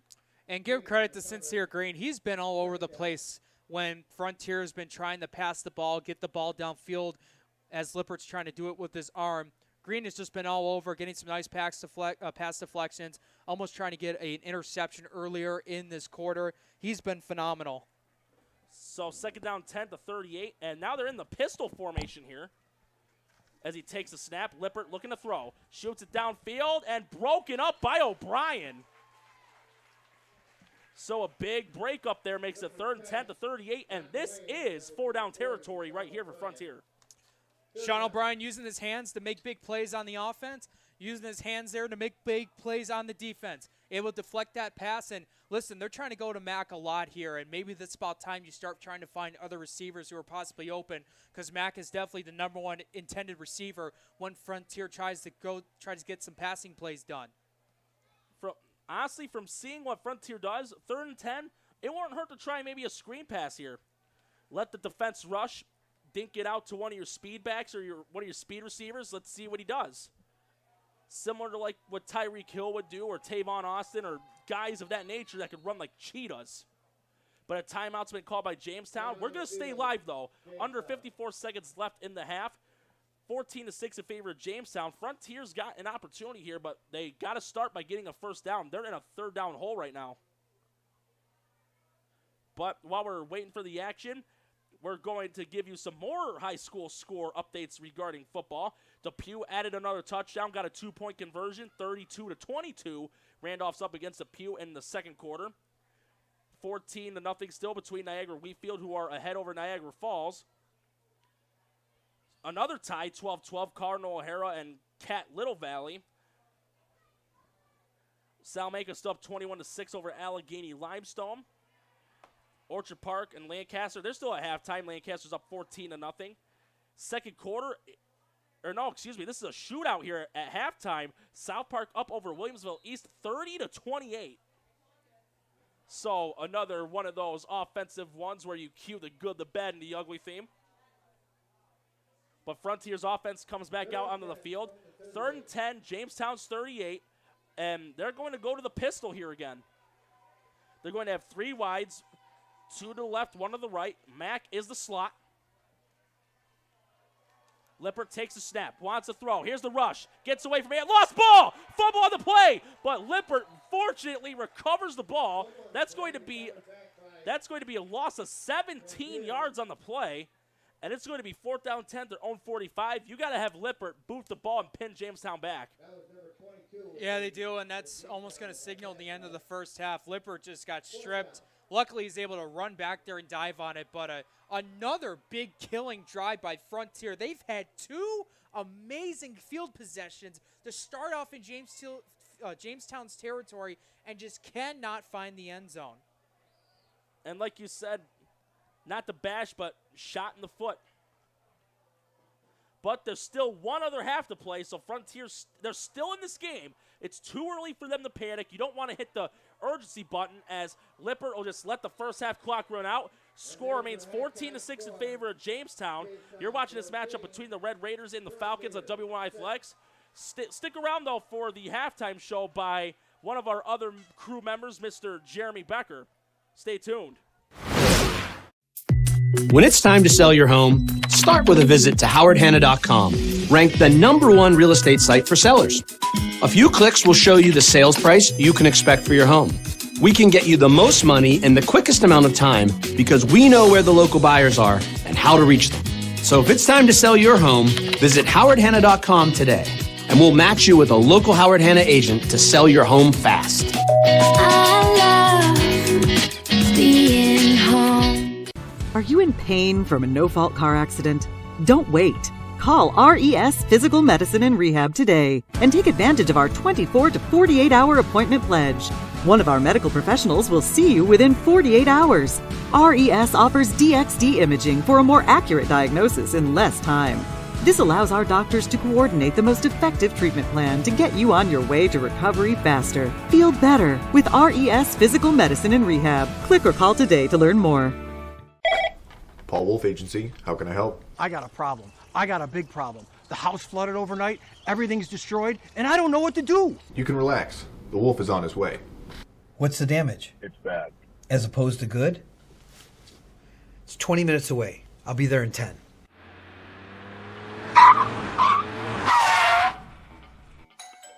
You're Teddy? Yes, sir. I'm Paul Wolf. I solve problems. Oh, good, because I got a big one in here. May I come in? Absolutely.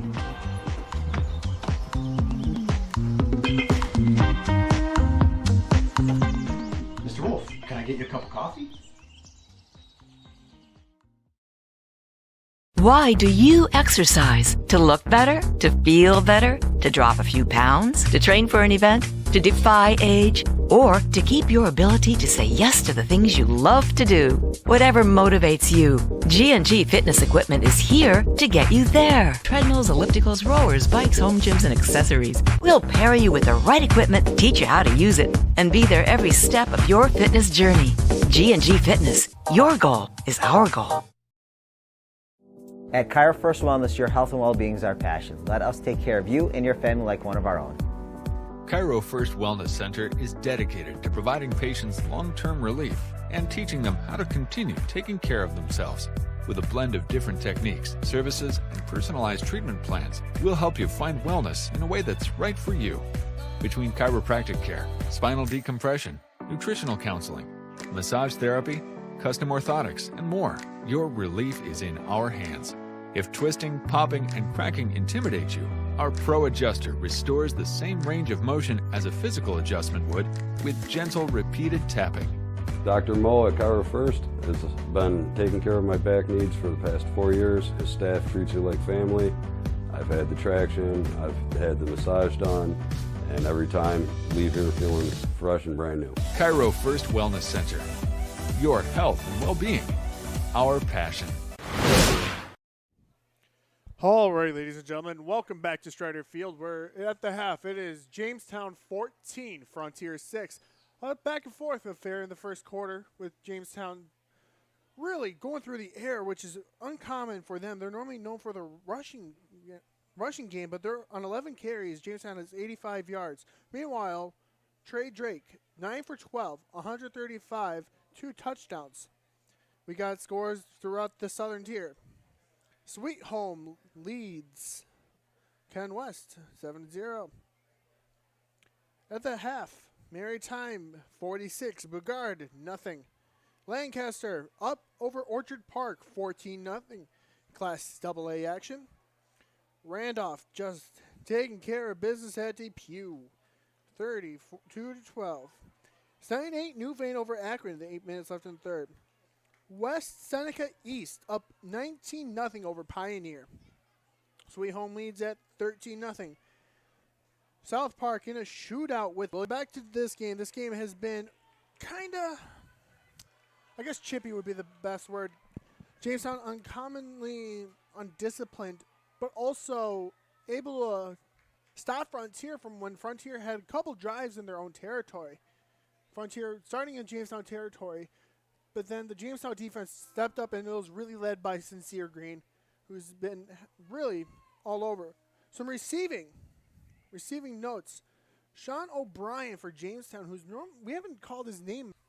I think he's having the game of his life.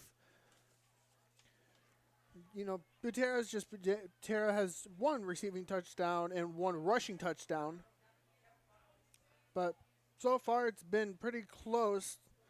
The Frontier quarterback, 3 for 8, 50 yards. Meanwhile, on the ground, rushing, 16 carries for Frontier, 51 yards. So Frontier's having more of that balanced attack as we go into the second half. Anyways, I will step aside for this halftime show as the Jamestown Red Raider Marching Band will perform their halftime show. Catch you on the other side. When it's time to sell your home, start with a visit to howardhanna.com, ranked the #1 real estate site for sellers. A few clicks will show you the sales price you can expect for your home. We can get you the most money in the quickest amount of time because we know where the local buyers are and how to reach them. So if it's time to sell your home, visit howardhanna.com today, and we'll match you with a local Howard Hanna agent to sell your home fast. I love being home. Are you in pain from a no-fault car accident? All right, right now as the Jamestown Marching Band is doing their halftime show, I want to welcome you back to the Jeremy Becker halftime show here on Western New York Athletics live from Strider Field. I'm joining this halftime show by Norm Rodriguez. And Norm, Frontier has been unable to capitalize getting the ball in Jamestown territory so far in this game. I couldn't have said it any better. And their last two drives before the end of the first half, the first one, they were in Jamestown territory on a high snap and a punt. Melendez tried doing the Ray guy, catching it with one hand, but the ball bounced around. He dribbled it a little, but luckily he fell on it, avoided possible return because fumbles can be returned, not muffs. Mm-hmm. But they turned it over on downs to 15, an unsportsmanlike conduct penalty, and a false start. That's what nullified that drive, even though Jamestown had an unsportsmanlike conduct too, but it was on the same play as Frontier, so it offset, canceled everything out. And then I want to take the 3 penalties against Frontier. There were 2 helmet-to-helmets and 1 holding on that sequence. Wow. So that's why 1 penalty was accepted, 2 were declined.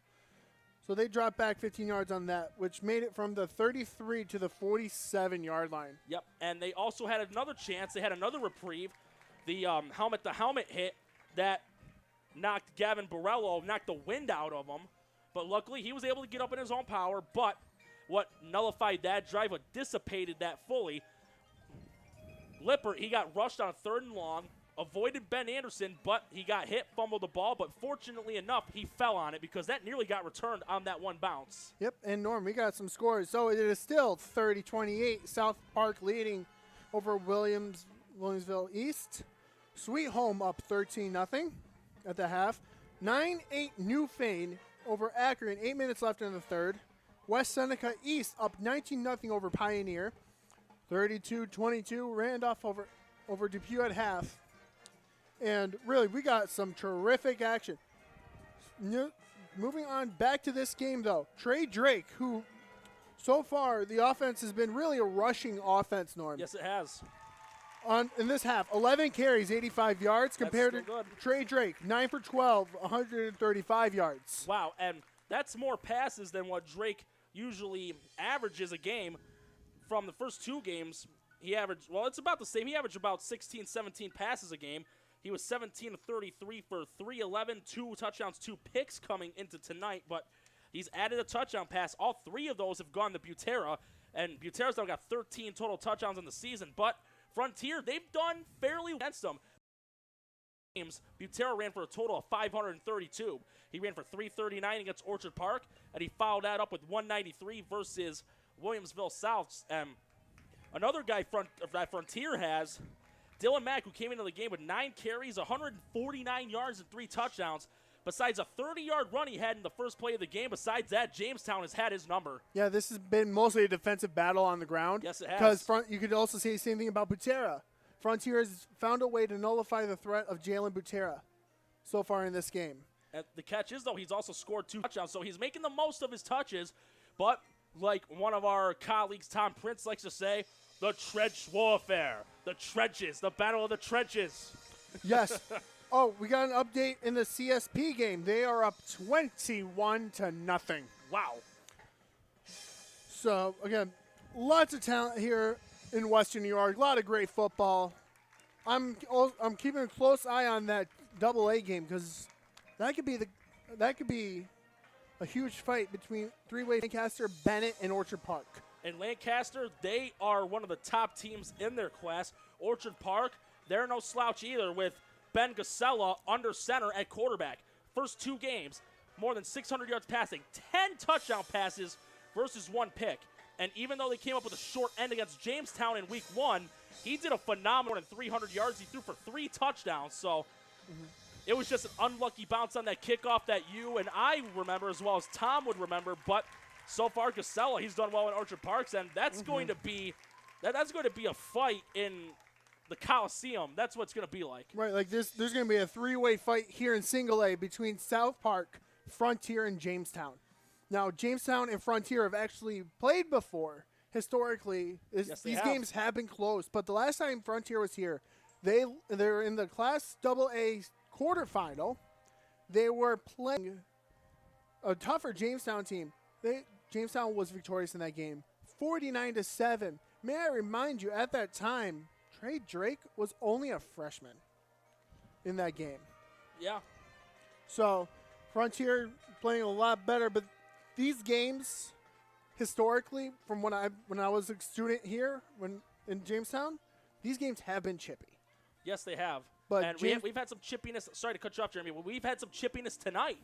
It's been a physical, smash-mouth game. That's what we've seen in the first half, and I'm anticipating that for the second half. I'm anticipating that, too. It's going to be a shootout going into the end. Two high-talent offenses, two high-talented defense. We're going to have a great finish. We're going to let the Red Raider Marching Band, which I'm a proud alum of, finish their halftime, and we'll be right back with you and Jacob Fayak on the call. Yeah, so viewers, stick around. Thank you for joining me on the Jamestown Halftime Show. Have a good night. Enjoy the rest of the game.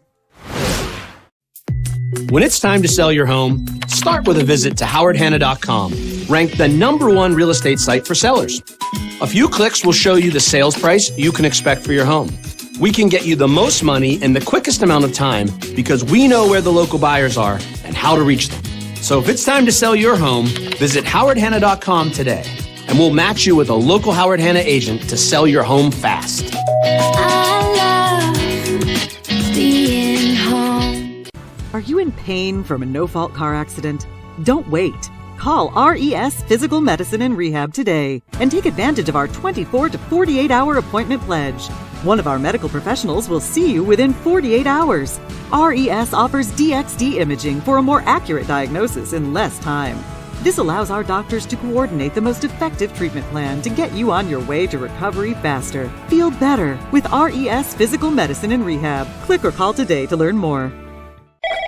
Paul Wolf Agency, how can I help? I got a problem. I got a big problem. The house flooded overnight, everything's destroyed, and I don't know what to do. You can relax. The wolf is on his way.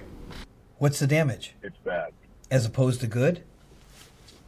It's 20 minutes away. I'll be there in 10.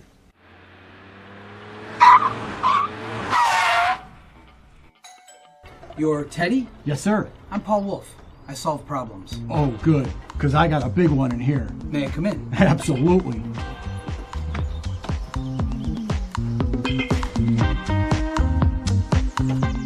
Mr. Wolf, can I get you a cup of coffee?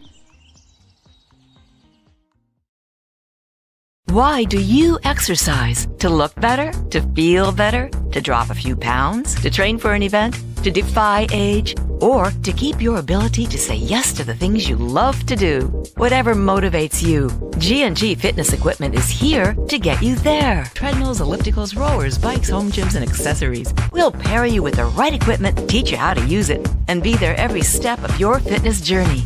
G&G Fitness. Your goal is our goal. At Cairo First Wellness, your health and well-being is our passion. Let us take care of you and your family like one of our own. Cairo First Wellness Center is dedicated to providing patients long-term relief and teaching them how to continue taking care of themselves. With a blend of different techniques, services, and personalized treatment plans, we'll help you find wellness in a way that's right for you. Between chiropractic care, spinal decompression, nutritional counseling, massage therapy, custom orthotics, and more, your relief is in our hands. If twisting, popping, and cracking intimidate you, our Pro Adjuster restores the same range of motion as a physical adjustment would with gentle, repeated tapping. Dr. Mo at Cairo First has been taking care of my back needs for the past 4 years. His staff treats you like family. I've had the traction, I've had the massage done, and every time leave here feeling fresh and brand new. Cairo First Wellness Center. Your health and well-being. Our passion.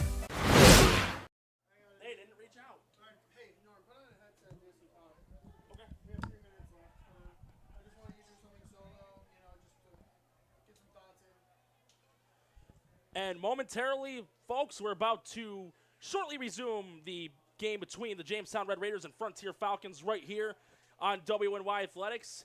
And to all the viewers that are watching this game, whether you're listening to the audio and you're attending Strider Field, watching a shootout of a game more on the defensive side, we always appreciate that. And Jamestown 2-0, Frontier 2-0, and a couple sponsors we like to thank. Howard and Hannah, logistics of the man, the myth, the legend, the Frank Wolf, Mr. Frank Wolf, as both teams are warming up. Before the start of the second half, there's usually 2-3 minutes on the clock for both teams to warm up prior to kicking off to start the second half, and Jamestown will get the ball to start it, and with an 8-point lead, that's a big advantage. And we do have an update. Lancaster's up in their game 21-0 over Orchard Park, and Lancaster, they're one of the dangerous teams in Class AA, and they've been rivals of Jamestown for quite a while, as Jeremy Becker has mentioned in the past, and he even talked about it during the halftime segment of this matchup. But again, both teams just warming up as we're about to hit 90 seconds left in this break period here, and it's too early for Frontier to panic. Don't hit the urgency button. Don't try to hit the Staples. That was easy. No, they're still in this game. If they can get a defensive stop to start the second half, that would be a big momentum boost for them. They had two opportunities. So if viewers haven't watched this, the first half, they had two opportunities to get more points on the board. First one was a high snap on a punt. Melendez tried to pick it up and boom it rugby style, but dribbled the ball, fell down at his own 40, but Frontier turned it over on downs. A couple penalties also negated that drive, and they had another one where there were a couple penalties on a punt return. The penalty was accepted by Jamestown for a helmet-to-helmet hit that went back to their 47. Then they got a penalty in their favor. Jamestown, they executed a hit on a defensive receiver, and luckily Gavin Borrello was able to get up on his own power on that, but bad snap on third down, or not a bad snap, but Lippert tried throwing the ball on a third down, but got rushed, lost the ball, but fell on it in his own end, and that's how the last two drives were for Frontier. But again, Jamestown will get the ball to start second half, and the clock for the warm-up is about to fully wind down. We're at 15 seconds for that, as both teams are now on the sidelines. So Jamestown with a big opportunity here. They're getting the ball to start half number two, a shot to make this a two-possession game. But for Frontier, you've got to pull that rope on the tug-of-war onto your own end. You can't pull Revenge of the Nerds and just drop it and let it go and let the opposing team fall on their own. You've got to work to be able to get this deficit back down to an even smaller size. And the referees, they're going to have a conference here with a few players, and I believe that's going to be regarding these personal foul penalties and whatnot. And I think they're saying we've given a lot of leeway, we've given a lot of latitude, but we're going to be running a tighter ship. We're not tolerating any of it. No, absolutely, and they shouldn't. Even been a pretty aggressive Friday Night Lights edition between Lancaster and Frontier. At the same time, though, both these teams need to realize that they have to compose themselves during these heated battles and make sure that they're able to keep themselves calm, collective, and remember that this is a big league game matchup. One of you guys is not going to be undefeated anymore. One of you guys is going to gain an edge in Class A South and Class A. One of you has the opportunity on Frontier side to come up with a big upset victory.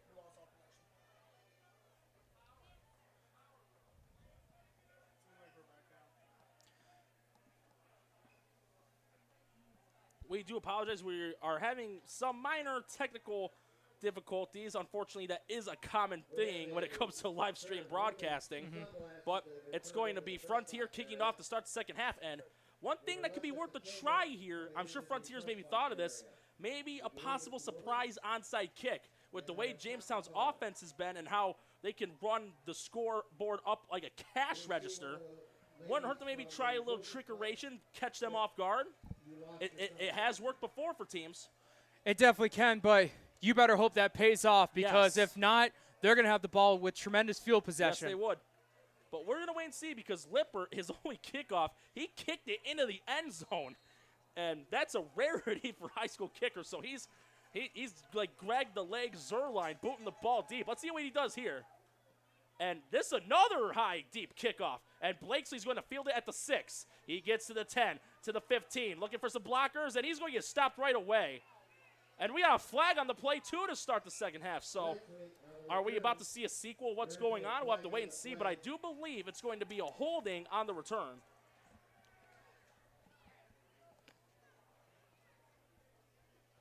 And it will be. So it's going to be half the distance to the goal.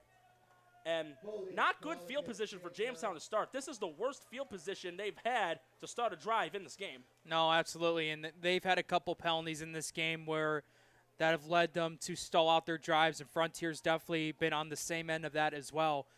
Not even 10 seconds in the second half, they're already dealing with a penalty. And listen, we've seen Jamestown offense. It just seems though wherever they are placed on the field offensively, it seems like they could be at their own 10, their 25, their 35, wherever. They will get the ball down the field.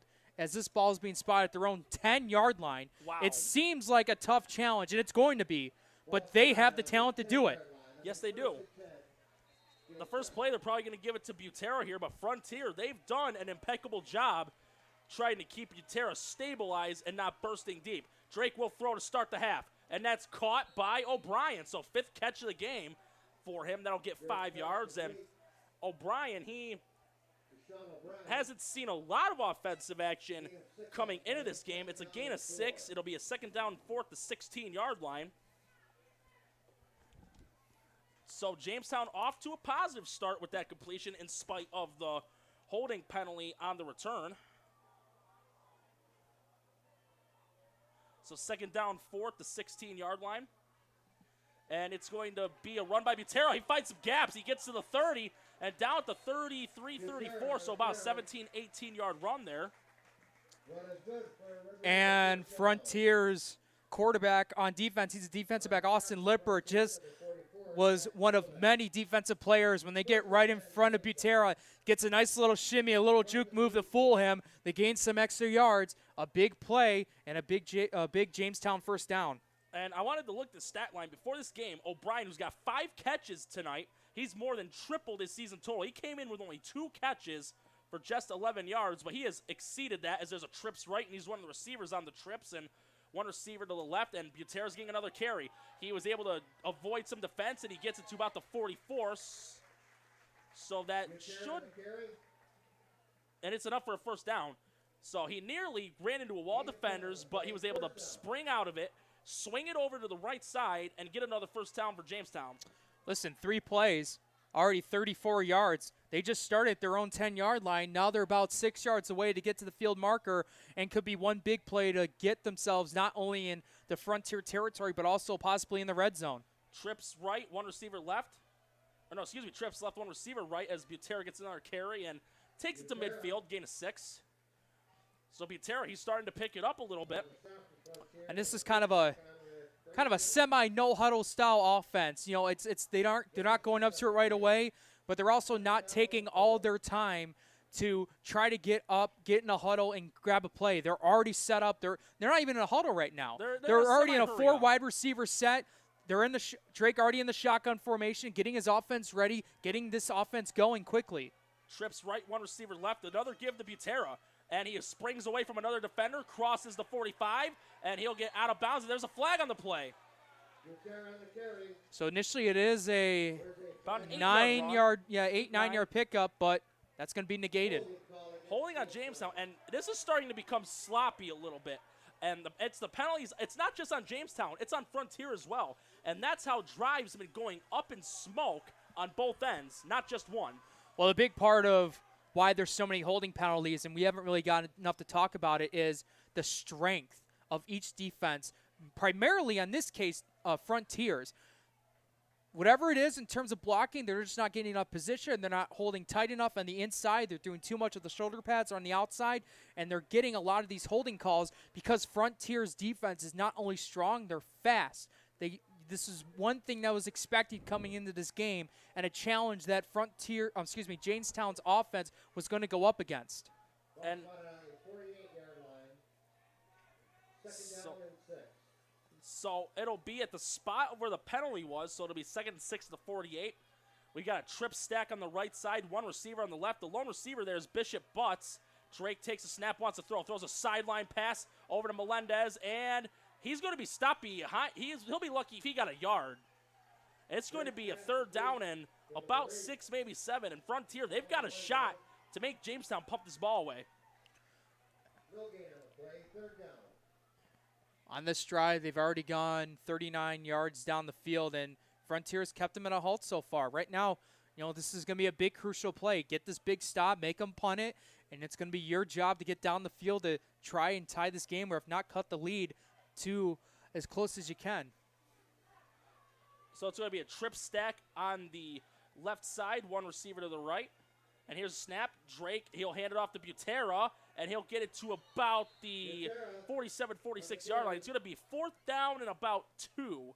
He didn't get enough for the 1st down. It will be 4th. So it'll be at the 48-yard line, so it'll be a 4th and 2.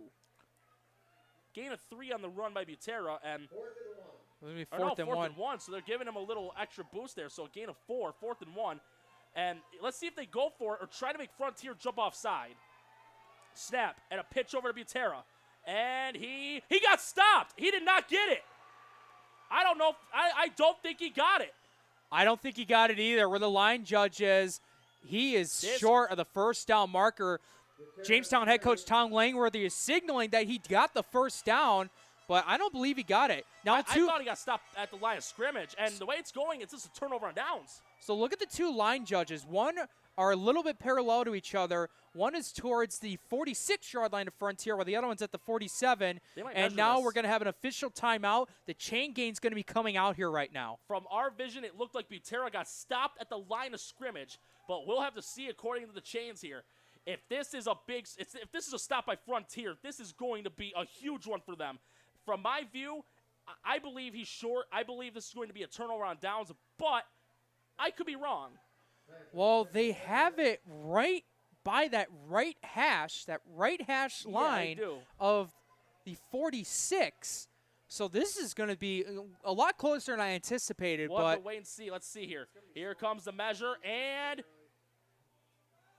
that looks short. That's short. From my view of it, that looks short. And it's going to be a turnover on downs for Jamestown.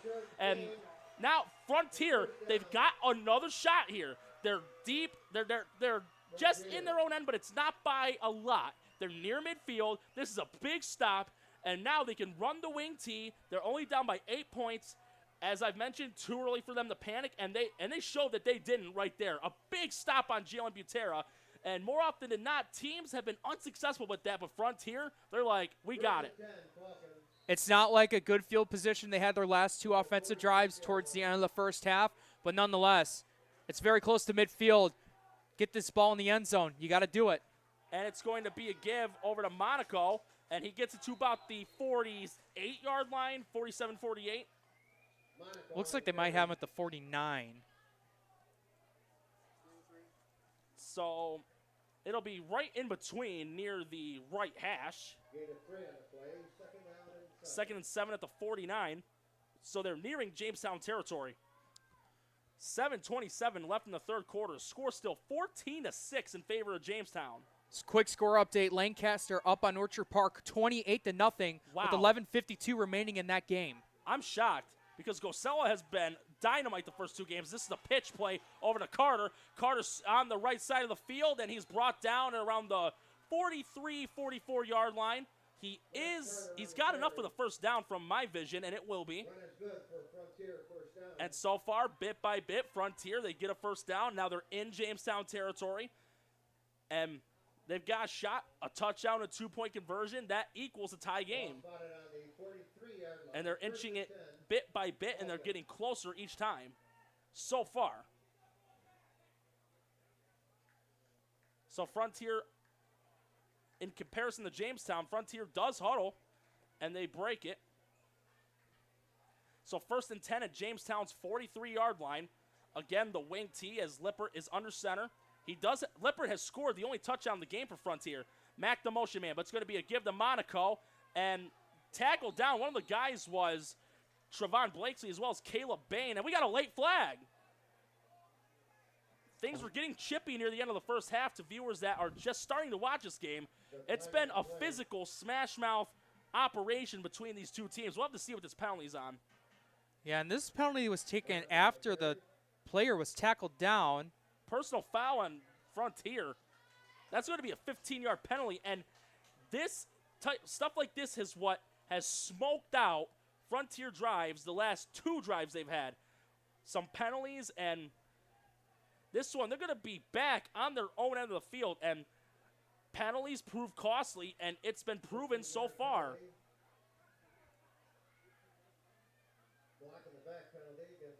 Or I beg your pardon, it's going to be an illegal block in the back penalty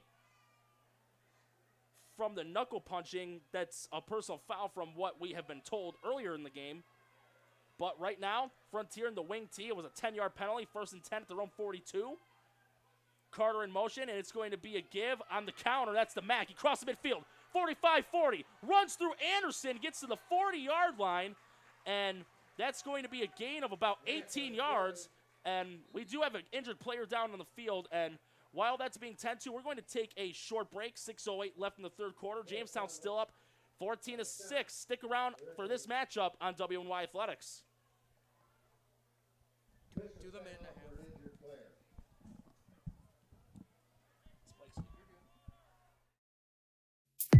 When it's time to sell your home, start with a visit to howardhanna.com, ranked the #1 real estate site for sellers. A few clicks will show you the sales price you can expect for your home. We can get you the most money in the quickest amount of time because we know where the local buyers are and how to reach them. So if it's time to sell your home, visit howardhanna.com today, and we'll match you with a local Howard Hanna agent to sell your home fast. I love being home.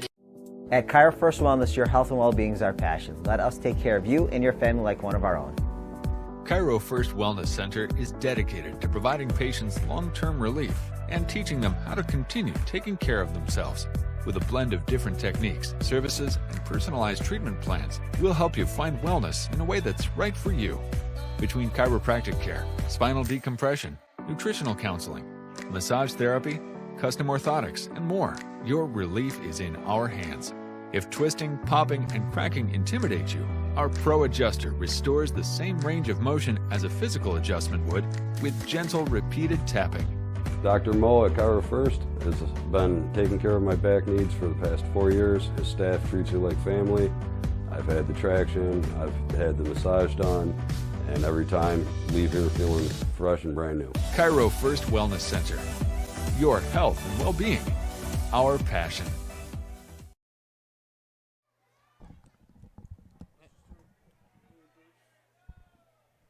And we're going to momentarily resume action. The guy that was down the field is Trevon Blakesley, number 11. He is sitting up, and that's a good sign. He's not laying down on the ground. He's up, and during the break also, a little bit of lighthearted humor here. One of the fans for Jamestown got kicked out of the game for what? I don't know, but they're playing with a beach ball. It was like shades of Happy Gilmore when Shooter McGavin was about to putt his golf ball.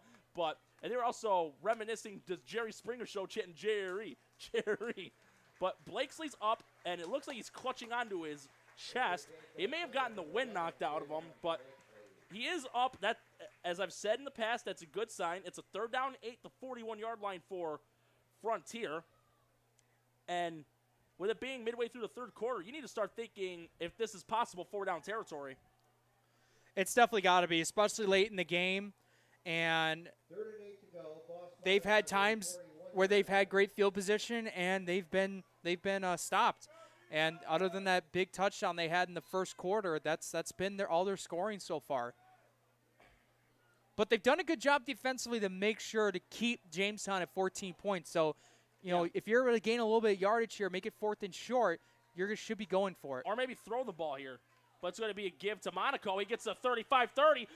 Bolts through some defenders, gets to the red zone to the 20, knocked out the 19, 22-yard run there by Monaco, and they are in the Jamestown red zone. They've got a chance to get in the end zone here again. They're in the red zone, inside the 20-yard line, but you got to be disciplined here. You cannot afford to commit another penalty and snuff yourself out and rob yourself of another touchdown here. No, absolutely. And this is where you got to play disciplined football.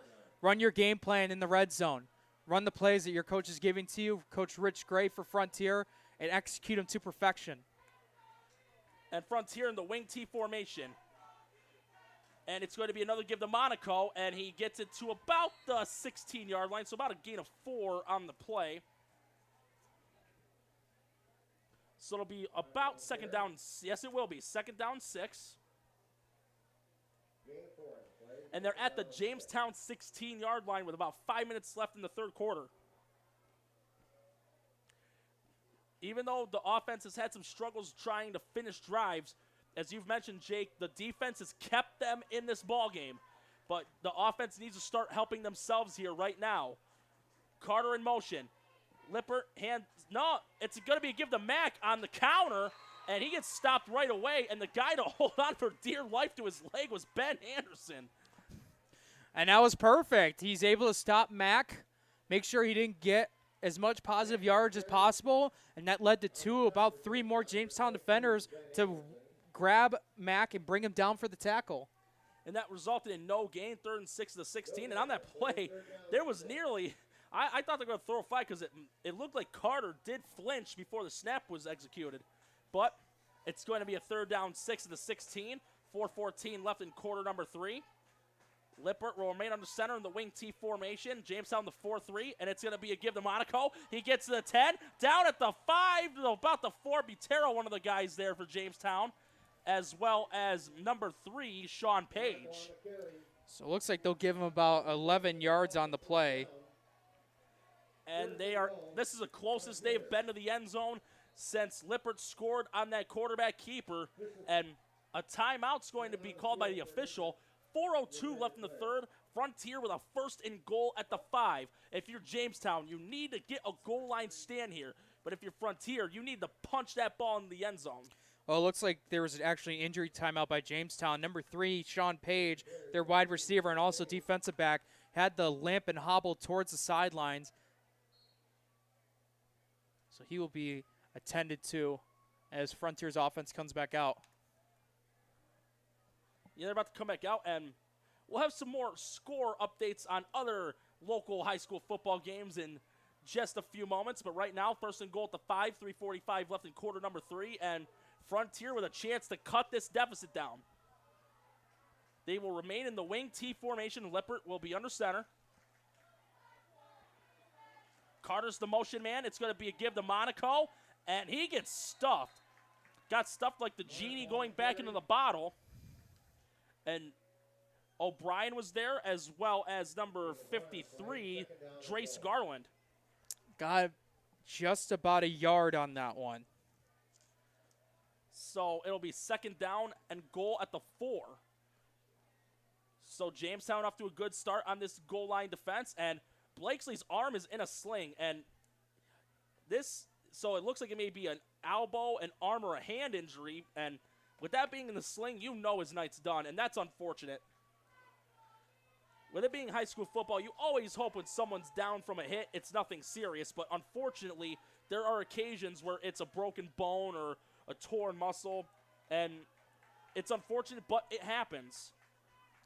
They're still going. And yeah, they are. He got almost in the end zone right at the 1-yard line, and can I just say, this is the one thing I love about high school football. When you get big huddle plays like that, the refs don't blow the whistle when there's no quick stoppage, and then you see a guy make an extra yard or so.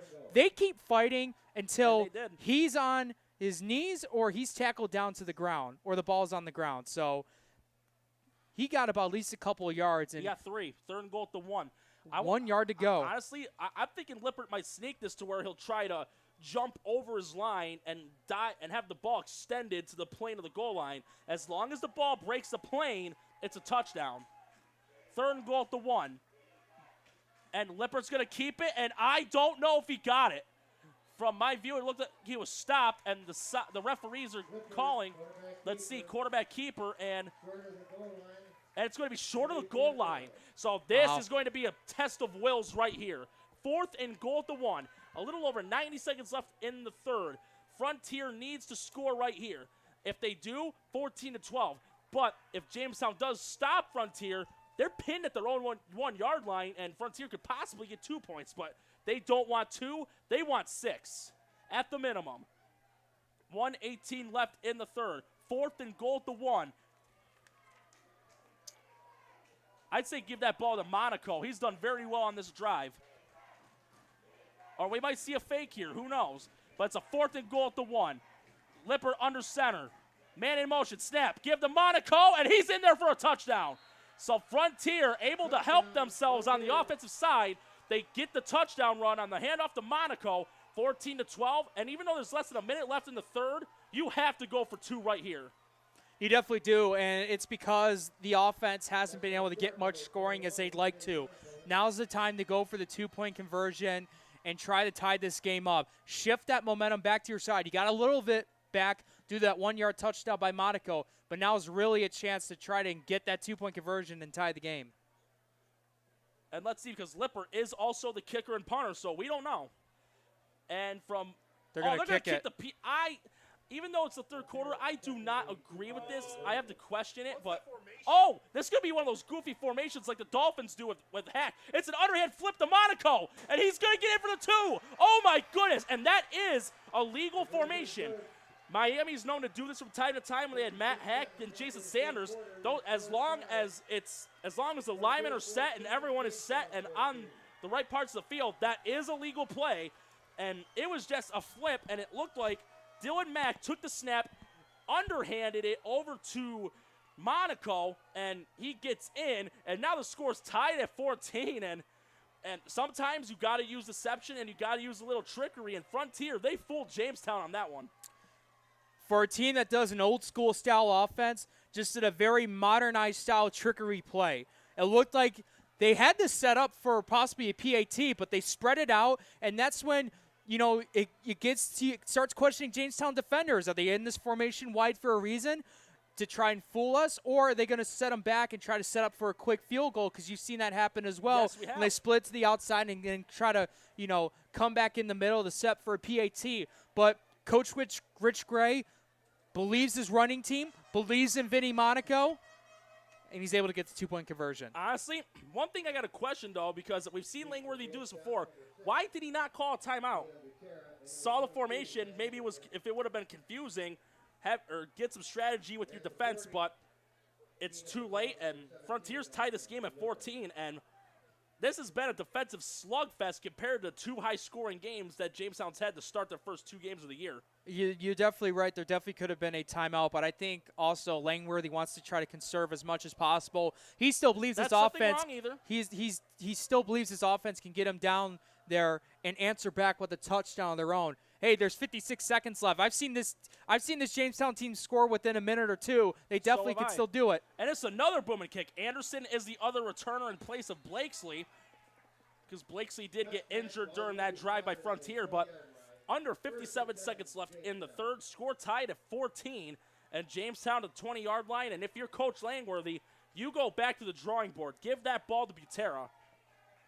Definitely give it to Butera, but you got to make sure he's got some open space on the outside. When he tries to go up the middle, there's been a couple of successful plays, but those last couple of drives, when they do a draw play or a dive play, he's been stuffed where he's got no gain, little gain, and sometimes yards of lost yardage on the play. So you want to give it to Butera, but you still got to keep mixing it up. That's what's been successful with Jamestown's offense today, and it's led to the 2 touchdowns.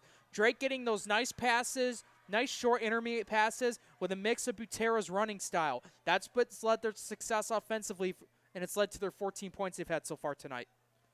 And that is uncharacteristically low for Jamestown, let alone for a quarter and a half. So far in the first 2 games, they've averaged nearly 40 points a game. They've averaged 40 flat. They had 38 in week 1, 42 in game 2, and now they got just 14 right now. So Frontier's gotten it done defensively, but Drake in the shotgun, 3 wide set, and here's a snap. It'll be a pitch to Butera, and he'll cross the 25, makes a man 30 to the 35, gets to the 40, and he's down at the 41. And once again, one of the guys to bring him down was Tyler May. And another guy that was there was also Cole Barber, and it almost looked like we were about to have another incident, but 45-6 left in quarter number 3. A 21-yard run by Butera. And what happened there? To the outside, got the blocking, went 20 yards almost towards the midfield marker, right at their own 41. Clock now ticking with less than 44 seconds in the third. Frontier needs to get a stop here if they want to take the lead, and it's going to be another give to Butera. And this time, they've got it red, and that's going to be a big loss. That's a loss about 2 or 3. That was a flag, and this is going to be costly because this is going to be on Frontier. There was a late hit, and that's going to be an automatic first down from my vision, and that's going to be costly. That was what would have been a 2-3-yard loss of the run. This is going to turn to a first down for Jamestown, and again, Frontier is just not helping themselves with these penalties. I'm glad you saw that because initially I thought the penalty was going to be on Frontiers player number 8, Cole Barber, because initially it looked like he was standing over him, but then he was able to pick him up, and then the flag was thrown when he tried picking him up. So I thought there may have been a confusion, like a taunting there or not. But I'm a little bit confused actually of the flag. But you saw that there might have been an unnecessary hit. That nonetheless, though, Jamestown is in Frontiers territory. I wonder though if they're going to run a play here. There's 23 seconds left in the third. Maybe they'll run one and then let the clock run out. But we'll have to wait and see. Drake in shotgun, empty backfield, takes the snap. Throws a screen pass over to Butera. And he'll cross midfield to the 45, knocked out of bounds to 44. So Butera busy on the triple threat, running, receiving, and on the defensive side of the ball. He is a one-man wrecking crew. I mean, any team, any coach would love to have a guy like Jalen Butera to be their running back and also their wide receiver. He can do it all, and he's done a phenomenal job on the defensive side of the ball as well. Have an interception on the season, and I believe was in the top 5 in tackling with more than 10 tackles on the season for him. And they'll be able to run one more play here. A smidge over 8 seconds left in the third. It's going to be two wides to the right, one to the left, one slot. No, Drake's going to keep it, and he gets stopped right away, and that was by Tyler Nagale, and that's how we're going to end 3 quarters here at Strider Field, and the score is tied at 14 apiece. You're watching this matchup between the Jamestown Red Raiders and Frontier Falcons on WNY Athletics. Stick around for quarter number 4. You're in for a treat. When it's time to sell your home, start with a visit to howardhanna.com, ranked the #1 real estate site for sellers. A few clicks will show you the sales price you can expect for your home. We can get you the most money in the quickest amount of time because we know where the local buyers are and how to reach them. So if it's time to sell your home, visit howardhanna.com today, and we'll match you with a local Howard Hanna agent to sell your home fast. I love being home. That'd be cool to have. Ready to go? Yeah. And we're about to start the fourth quarter in this slugfest between the Jamestown Red Raiders and Frontier Falcons here at Strider Field on WNY Athletics. We are deadlocked, 14-14. It's been a defensive affair, but before we start the fourth, we got some updates on some other games going on in the local area. End of 3 quarters, East Aurora Highland, they are tied against Lakeshore 22-all. Timon is up against Bishop Kearney 7-0 at halftime. Canisius and McKeesport tied at 14 in the third quarter. Fourth quarter action, Newfane up against Akron 21-16. After 3 quarters, Randolph up over Depew 38-22. And at 1 quarter, Niagara Wheatfield and Niagara Falls. Niagara Wheatfield's up 14-0. Clymer Sherman Panama, they're up against Portville 21-0 at halftime. The Wolfpack always dangerous with Coach Ty Harper. Silver Creek against Franklin Ellicottville, that's going to be going on momentarily. Cardinal O'Hara and Cat Little Valley, they're still tied at 12. Salmaco up against Allegheny Limestone 35-6. And another game that ended, Maritime Health of WNY, they shut out Burgard 54-0. But right now it's going to be a 3rd and 12 at the 49-yard line. The last play to end the third, a 5-yard sack by Tyler Nagale. It's going to be a 2-wide stack on each side, and Drake will get it to the air. It's a corner blitz. He'll throw, and that's caught by Butera on a screen pass, but it's going to be way short, 2, maybe 3 yards. And Nagale, another one of the guys there again, and on the corner blitz, Cole Barber, and he was charging it like a freight train on some derailed railroad tracks. He was ready for it, and he was not fooled. And they're going to have to punt this away. And Melendez, he does have a good foot, but the last time they punted the ball, it was a bad snap. It was too high. Melendez tried to pick it up and possibly pooch it, but he mishandled the ball, fell down at the 40, but that was not his fault. It was a very high snap. This snap has to be perfect, and the deep man's going to be Monaco, who scored Frontier's last touchdown and got the 2-point conversion on that trick underhand pass from Dylan Mack. Here's snap, boot, kick. That's a beauty. Monaco should just let that one go. Rolls to the 5, 4, 3, 2, and that's a touchback. That's going to be a touchback, and that was nearly recovered there by Butera. From the referee's indication, it is a touchback. If the players in the end zone are on the goal line when they pick the ball up, it is a touchback. So that's a big break for Frontier, but also smart by Monaco to not pick up the ball, because if he would have picked that up, he would have gotten rocked. He had 2-3 defenders on him. Yeah, and that was very close. Try to pin them at the 1-yard line. That was the original game plan, but that ball just kept rolling, and eventually it got to the point where it was a little too late. Had to quickly try to adjust to try and dive for it to get it at the 1, and ended up rolling in the end zone. So Frontier, now they've got an opportunity to take their first lead of the game. They've been behind for most of it. Lippert will be under center, wing T offense, Mack in motion, and it's going to be a pitch to him. And crossing the 20 to the 25, picks up a block 30 to the 35, 36-yard line. So Jamestown, they stopped Mack well in the first half, but he's starting to pick it up a bit in the second half himself. It's not how you start, it's how you finish the race that counts. Yeah, absolutely. And Mack, doing a good job in the second half, getting some big plays to help push this Frontier offense. 10:45 remaining in the game. He's going to need to be a big part of this run game to try and get Frontier their first lead of the game.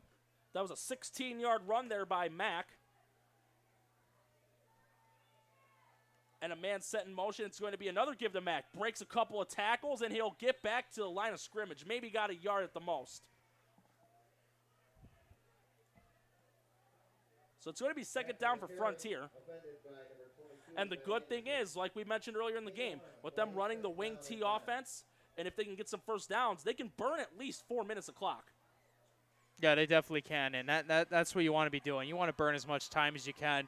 Give Jamestown less time to get the ball down the field to try and come back from this game. Lippert again under center. Man set in motion, and it's going to be another give, and past the 40, about the 42, and the motion man the last couple plays for Frontier's been number 30. And it's going to be at around the 41.5-yard line on the left hash. So that was a gain of 6 on the play. It'll be a 3rd and 4 at the 42. 3rd and 4 at the 42. Traditionally, in some situations of 3rd and 4, 5, or 6, you throw the ball. But with all the motions and the fake handoffs that Frontier does in this wing T formation, they can pull off a running play and get about 10 yards. Lippert will remain under center. Mack in motion. It's going to be we got a flag. It's going to be a false start on Frontier, and now they're going to have to throw it here on a 3rd down and 9. And when we've seen Lippert throw it, he has done pretty well with it, albeit it's been in small morsels.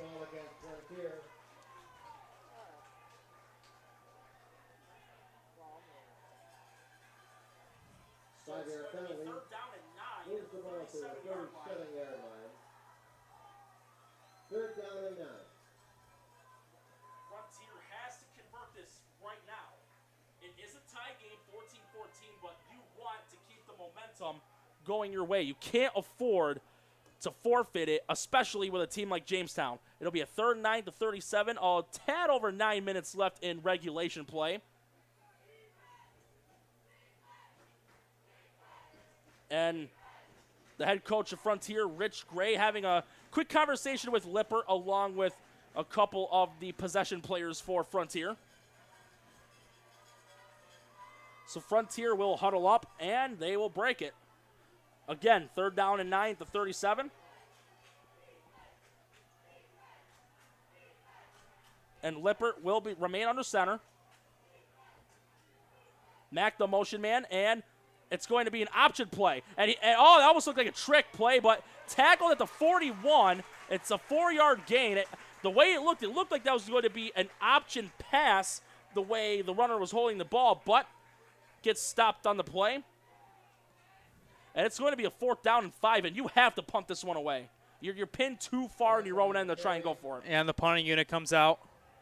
But we did see a unusual formation on the extra point attempt. Who knows? We may see something here on the punt. But if they're smart, boot it 30, 35 yards. Keep it out of Butera's hands, because if he gets a good enough gap, he's off to the races. So Lippert, who he's had a decent game tonight for the Falcons, he will be set to punt. And with that motion, man, that could be a fake. That is Borello. Here's a snap, the boot, and that's a nice punt. A high torpedo going to the 24, and it'll take a bounce into the 20 to the 18, 19-yard line. That gets down there, and it was down for Frontier by Jack Novak.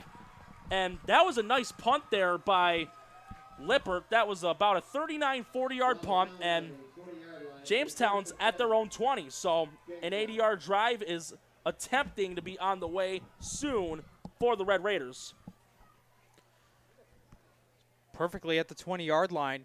80 yards go down the field. Jamestown, this is now your time on your offense to get the ball downfield, try to push this and get this lead going. Even though there's still under 8 minutes left in the game, the last time Jamestown was in overtime here, that was against South Park in their championship game versus each other. Jamestown scored a touchdown, but they decided to kick the extra point.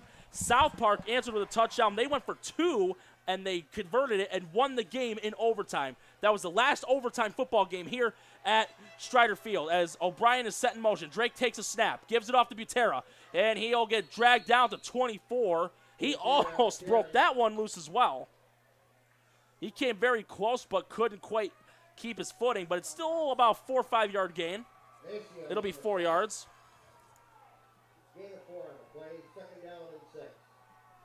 So 7.5 minutes left in regulation. 2nd and 6 at their own 24. Score deadlocked at 14. We are still tied. It's going to be a 4-wide set, 2 on each side.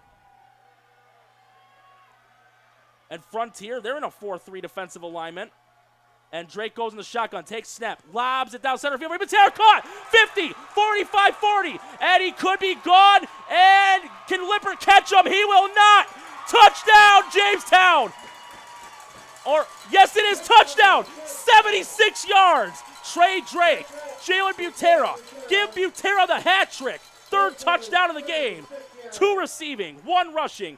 He's put the team on his back, and Lippert nearly got him, but Butera just got in the end zone in the nick of time. 20-14, 6:57 left in regulation. And there is an injured player on the field. We're not sure who it is. It looks like that could be Butera, but with both players going on the sideline, we're going to take a quick commercial break. 6:57 left in regulation. Jamestown reclaims the lead, 20-14 here on WY Athletics. Stay tuned. When it's time to sell your home, start with a visit to howardhanna.com, ranked the #1 real estate site for sellers. A few clicks will show you the sales price you can expect for your home. We can get you the most money in the quickest amount of time because we know where the local buyers are and how to reach them. So if it's time to sell your home, visit howardhanna.com today, and we'll match you with a local Howard Hanna agent to sell your home fast.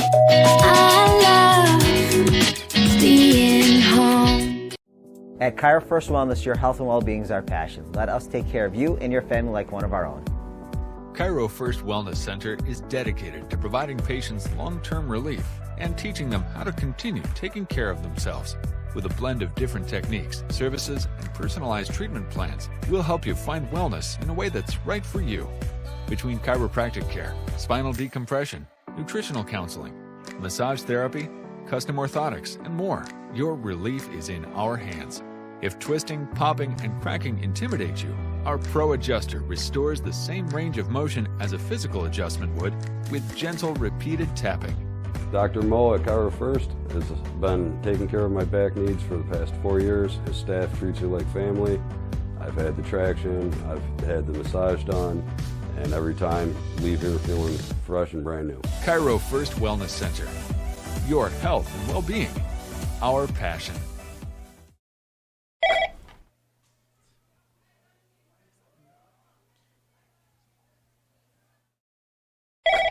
Paul Wolf Agency, how can I help? I got a problem. I got a big problem. The house flooded overnight, everything's destroyed, and I don't know what to do. You can relax. The wolf is on his way.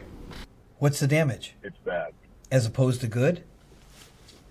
It's 20 minutes away. I'll be there in 10.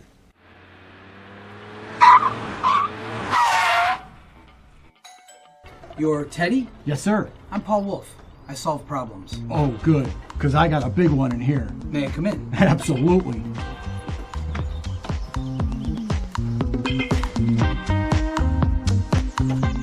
Mr. Wolf, can I get you a cup of coffee?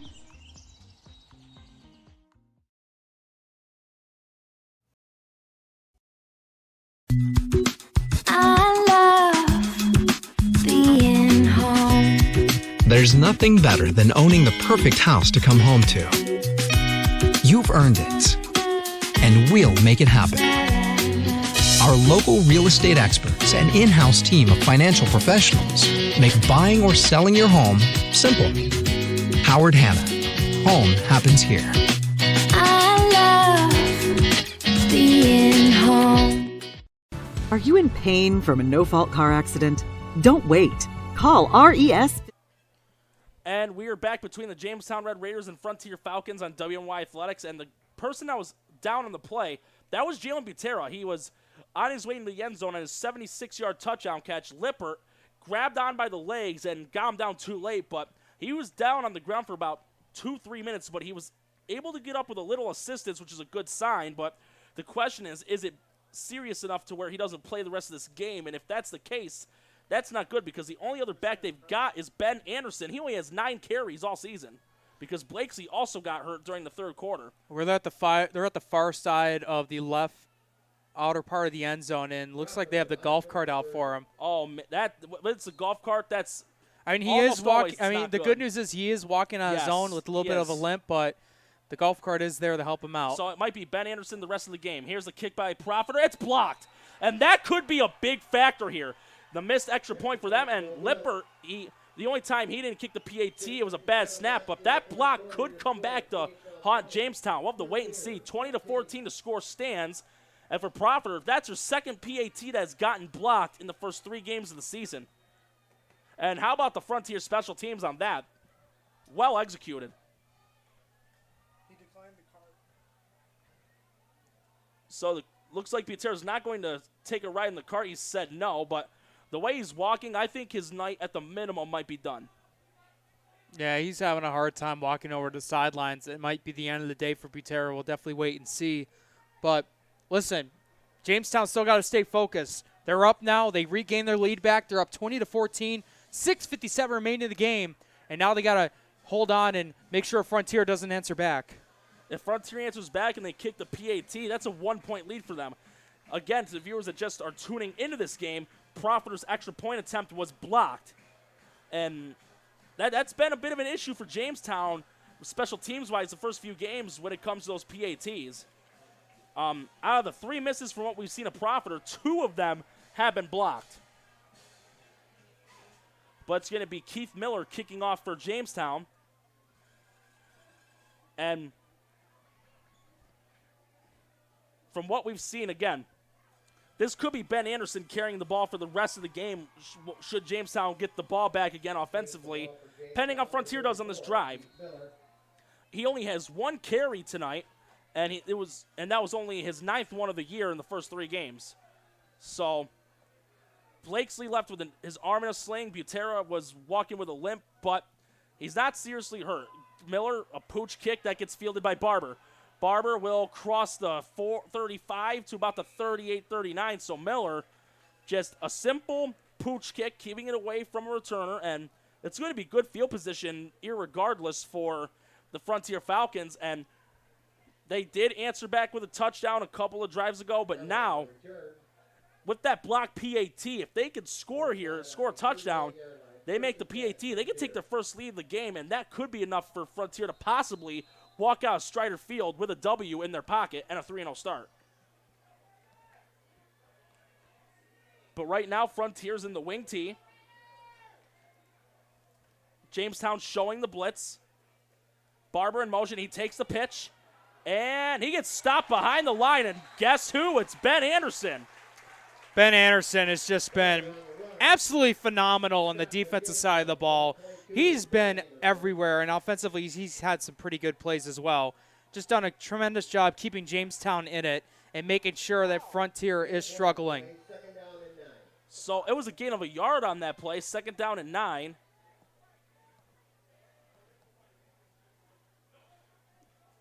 So Frontier, they're 2nd and 9, they're 39, 6:15 left in the game. And they need to start playing with a little urgency here because 6:10, it's not a buttload of time. It's a give to Monaco. He'll cross the 40, gets around the 41-42, and this one, I think they might have to throw it here. The last several times they've run the ball, more often than not, they've been held in check. And Lippert, he does have that nice touch to his throws that we've seen. It's worth the shot. It's definitely worth the shot. Thing is, for them, it's going to have to be 4th down territory. They got to try and convert it. If they can't, if they get a 4th down opportunity, they got to try and go for it.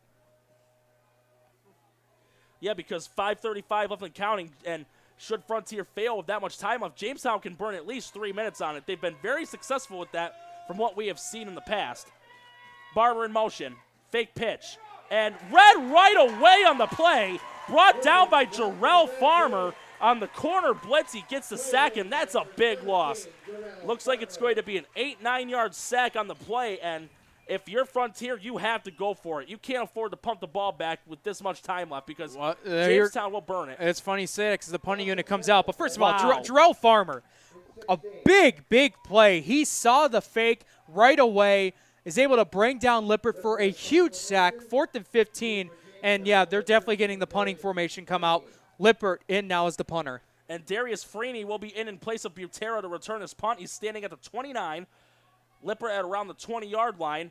Personally, well, here we go. Here comes the punt. And this one is a high knuckleballer, and it'll hit the 40 and be down at the 39. And honestly, not to bash, I do not agree with that decision because now Jamestown's got the opportunity to burn at least half of that clock. And sometimes to win games, risk-taking is mandatory. That was just taking the safeguard.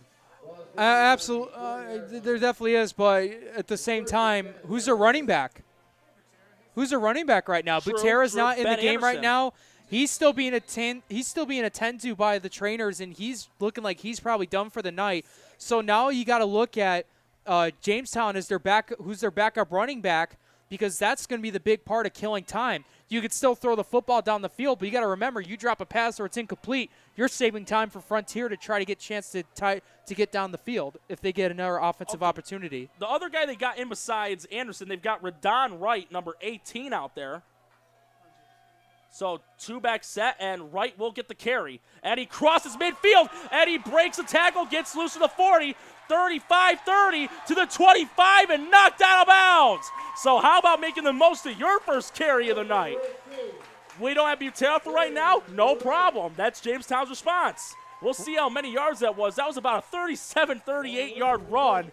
And Jamestown, they have a shot to put the dagger in it because 35-yard run there by Radon Wright. And if they can get a touchdown here, and the way Frontier does that wing T offense, they're going to have to start throwing it every down, and that would be a big advantage if you're on Jamestown's side of the field. And how about this? Jalen Butera is back on the sidelines. He has his helmet on.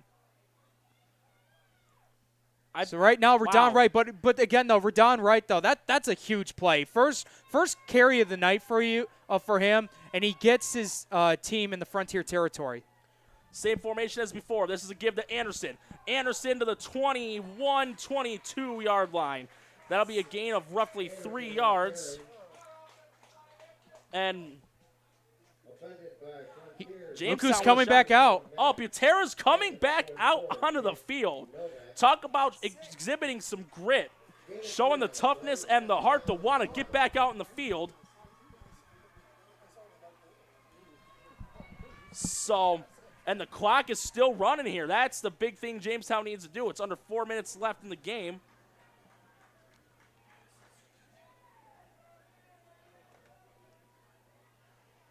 And they're just going to let the clock run.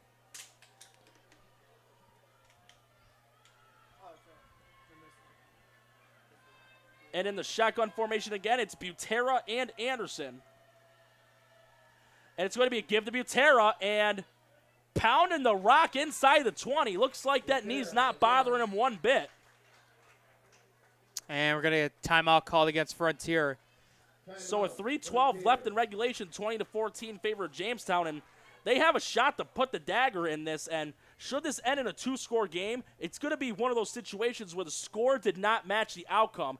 This has been a left and right, back and forth slugfest between these two teams, and should Frontier walk away with the loss, they cannot walk in shame. They need to keep their heads up high because they have pushed Jamestown to the limit tonight. Absolutely, and assuming this is how the score is going to be, or if Jamestown does come out with the win, I mean Frontier's done a phenomenal job. They've done a great job staying in this fight, trying to tie the game up, which they did in the third quarter. It's just that talent from Jamestown, Jalen Butera. Nothing like that. That's the reason why. That's the reason why if Jamestown wins this game, it's because of Jalen Butera. He scored all 3 of their touchdowns, 2 in the air, 1 on the ground, and he's just done what he's done throughout this season and the prior season, his junior year. Just been a one-man wrecking crew. Or if we want to throw a little WWE into it from what we talked about at Davidson's, how about the one-man gang? And from looking Jeremy at the like stats that. here, Radon Wright, that run, the 35-yarder, that was his first carry of the season. Nothing showed up on the stat line, so I would believe that was his first carry, and boy, did he make that count, the 35-yarder. Now, it's a 3rd down, 2 at the 17. Frontier needs to get a stop here.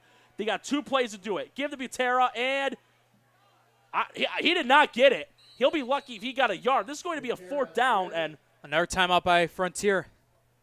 This is big. Wow, this is big because now Frontier has an opportunity to try and stop him on 4th down. They won't have to use another timeout. So if they're able to get a turnover on downs, they'll have the ball pinned in their territory, but they'll have it with 1 timeout left with roughly a little less than 3 minutes to go. But that's if they stop Jamestown on this next play. And that run was for no gain. It'll be a 4th and 2 at the 17. And honestly, I wouldn't. With it being, it wouldn't hurt for Jamestown to try and maybe do a little deception, possibly fake it to Butera, maybe give it to Anderson on a counter or a delay to Anderson. Anderson can pound the rock. He's only got 9 carries, but he's averaging more than 8 yards a carry with those. Here's my other idea. Why not give Ella Profiter a chance for a field goal? That would be a 35-yard field goal. We've seen her. We've seen her kick field goals from the 10, 15, and 20-yard line, so you can try it there as well. Profiter is warming up on the kicking net. It wouldn't hurt because if the kick was no good, Frontier would be at their own 25-yard line. So it's not like it's a deep field goal, and if it's a miss, it's not the end of the world for Jamestown, and Frontier would only just get 8 extra yards, though that could also be big. Well, right now she's getting warmed up, but she's not in the huddle right now. I'm kind of surprised at this because Profiter can boot the ball, and Jamestown's going to call timeout here, so they might want to think this over and talk this through. If Profiter does go on the field, this will be a 35-yard field goal attempt, and I don't want to bring back bad memories of Jamestown, but in that game against South Park, she had a shot to win the game in regulation. It was a 26-yard attempt, and this is one of the worst ways to miss. Most kickers would rather miss it short than what happened on this one. The kick hit the bottom crossbar, and it went out. And that's how the game went into overtime. But it should have never came down to that. There was some things that just didn't go Jamestown's way that night. But this is a 35-yard attempt, and Keith Miller's also warming up a little bit too. He has been doing the kickoffs for Jamestown. Well, here's tonight. the thing. If they do go for the field goal and she does make it, that makes it a 2-score game. 9 points. And that really hinders Frontier's chances of getting back into the game. It makes it a 9-point lead. So you can go for a touchdown and 2, but you're going to have to try and go for an onside kick in that case. But they're going to go for it. They're going to go for it here on a 4th and 2. And they're going to have 2 wides to the right, 1 to the left. And Jamestown's going for it here. They're going to be in the pistol formation. I wouldn't mind seeing a fake to Butera here because Frontier's going to expect it. Snap. And it's a pitch to Butera. And he did not get it. I do not think he got it. He had to get to the 15. Looked like he was tackled at the 16-yard line. I don't think he got it. That's going to be another close one. And no, they're going to say he didn't make it. Wow. But at the same token, though, Frontier is pinned deep in their own end. So this isn't necessarily a bad thing for Jamestown, but the good thing for Frontier is 2:56 left. You've got the ball, but you've got to start throwing it a little bit. You can't afford to be setting men in motion and option pitching and everything. You've got to go exclusively with the passing game on this drive. That's mandatory. So that's a second, 4th, and short stop by Frontier tonight, and they've got a shot to not only take the lead, but to possibly walk out of here with a 3-0 start. And let's see what they do here. Lippert's in the pistol formation. 1st and 10 to 16. Snap. And he wants to throw. Throws it to the right side of the field complete, and he's down to 21-22. And we got to have a personal foul for that hit. Wow. And that's going to be the 4th or 5th one thrown combined. The pass was complete to Gavin Borrello, but there's that late hit as Borrello went down the sideline. He was also that one that took that hit on a defenseless receiver near the end of the first half. I don't know if that was Borrello or the other wide receiver, Conrad Ring. His knee was down because it was a low pass, so they initially spotted him for a couple yards, but then he was tackled down, and yeah, penalty on Jamestown. And that's the right call. Even though we're hearing the boos and everything, it was a clear late hit. And when it's clear and obvious, the flag is going to be thrown. So the ball is going to be tacked on the 15 yards from the spot after the pass was completed for the yardage. And they're going to be at the 35, 36-yard line. 36-yard line, as it says on the board. 2:46 left in regulation. 20-14 the score. And Jamestown, with that penalty, gives Frontier an automatic first. And Lippert will roll. Under pressure, gets away from one, and he's just going to throw it away. Caught! And past midfield to the 46-yard line, complete to Gavin Borrello. What a job by Lippert there. Anderson bull rushed like a jackknife. Lippert made him miss with the juke, rolled to the right side, threw the completion, gets the first down. That was a gain of that was an 18-yard gain. Now they're in Jamestown territory, but also you don't want to give Jamestown too much time. You do have one timeout, a little over 2 minutes left. Lippert in the pistol, takes a snap, throw, incomplete. And from what I saw, he got away with a little bit of contact there. He was grabbing on and defending Dylan Mack. He was on him like flies on the glue paper. So with Lippert on that last play, just looked too anxious, just had Borrello wide open. But how about the last play by Lippert, escaping out of the pocket, and nice little sidearm action given to Borrello to get a big first down. Frontier with a big opportunity to tie this game. 2nd and 10 at Jamestown's 46. Snap, looking, and there's the pressure. And he's going to be brought down back at his 48-yard line. That's going to be a 3rd down and 16 on the play, and 2:11 left in regulation, and Frontier's going to call their last timeout. So that's it. No timeouts left for Frontier, and every time we've seen Lippert pass, the O-line, it looks like they either are being outpowered, outmuscled, or like the Bills were in the second half, maybe out to lunch a little bit, because Jamestown's just charging through, going through the gaps and everything. This is a 5-yard loss of the sack. They're back to their own 30 or 49. They need to get at least half of that yardage. If they can get at least 7-8 yards, it'll be 4th and manageable. But they got to give the O-line's got to give Lippert, or excuse me, they've got to give Lippert enough sustainable time to either throw it or possibly run for 8-9 yards. He does have one of the 2 rushing touchdowns this evening, as we have a clear night sky, a beautiful night here at Dietrich Park for a mid-September evening. 3rd down and 15 at the 49. And Jamestown looking like they're going to go all-out blitzing here. Here's a snap. He's going to throw. Caught! Caught on the play by Borrello. That's going to be more than enough for a first down. That was an all-out blitz by Jamestown, and Lippert staying strong in the pocket, striking it downfield for a first down. Holding, it's going back. But now it's being negated due to a holding penalty. Frontier again with another costly penalty. And from the reaction of number 50, that may have been on him. And number 50 is Conrad Crichton. And that could be a costly one. That's going to make this a third and at least 20-something yards. It's going to be third and a country mile, third down and a couple miles. We'll have to see the spot of the ball, but this, we'll see here. It's going to be back at their 45. Oh, well, the referee's having a conference here. We're not sure where the spot's going to be. And he's going to start his trot.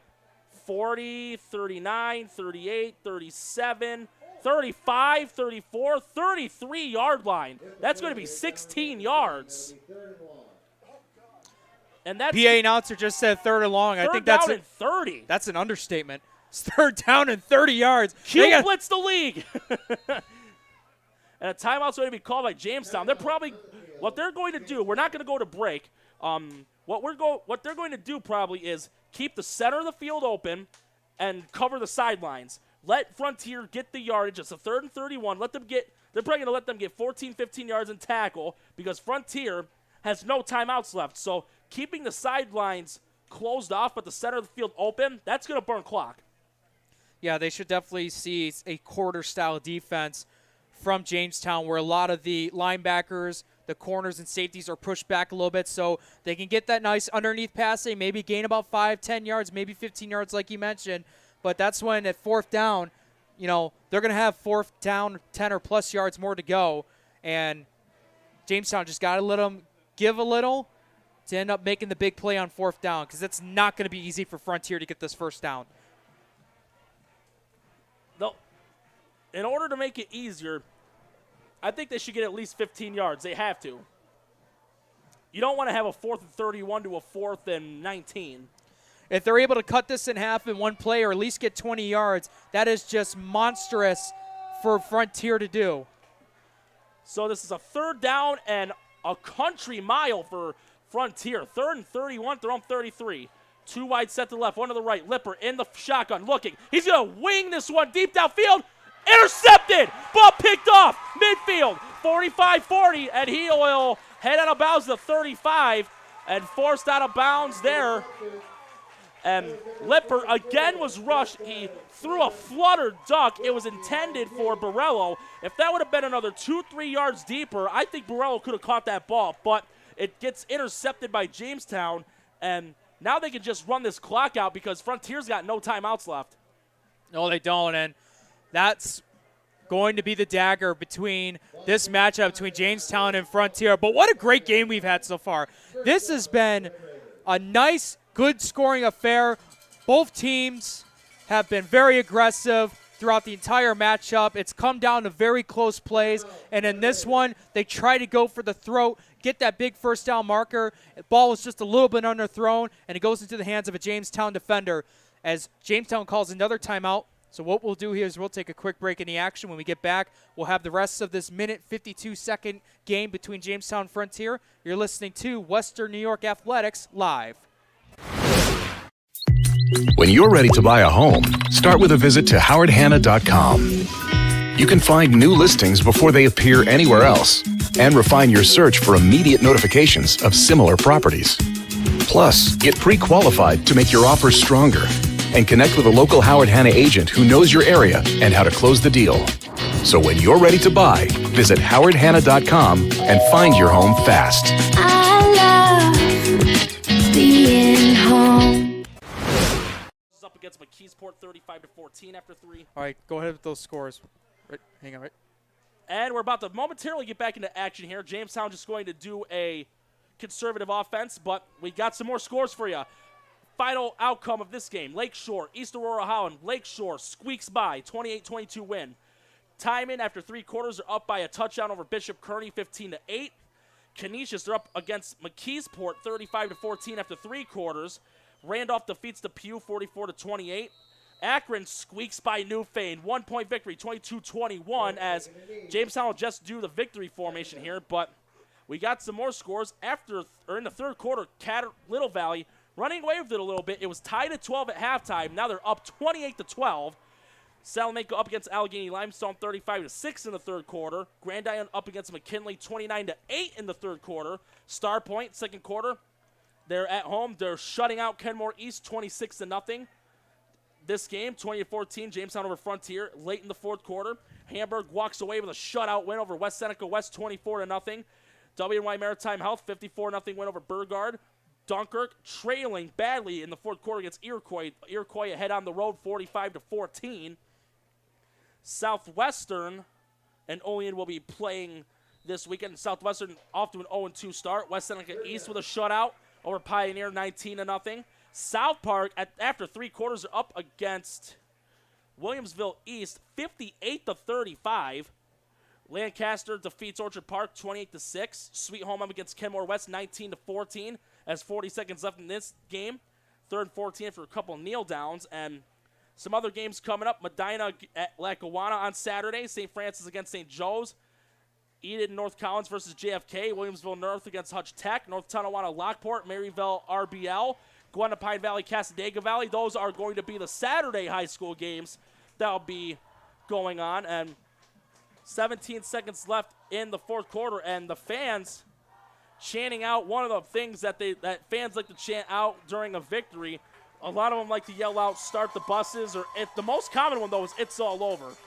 But Jamestown's going to squeak by for the third straight week with a 20-14 win over Frontier. They will start 3-0, and Frontier will slip to 2-1 on the season.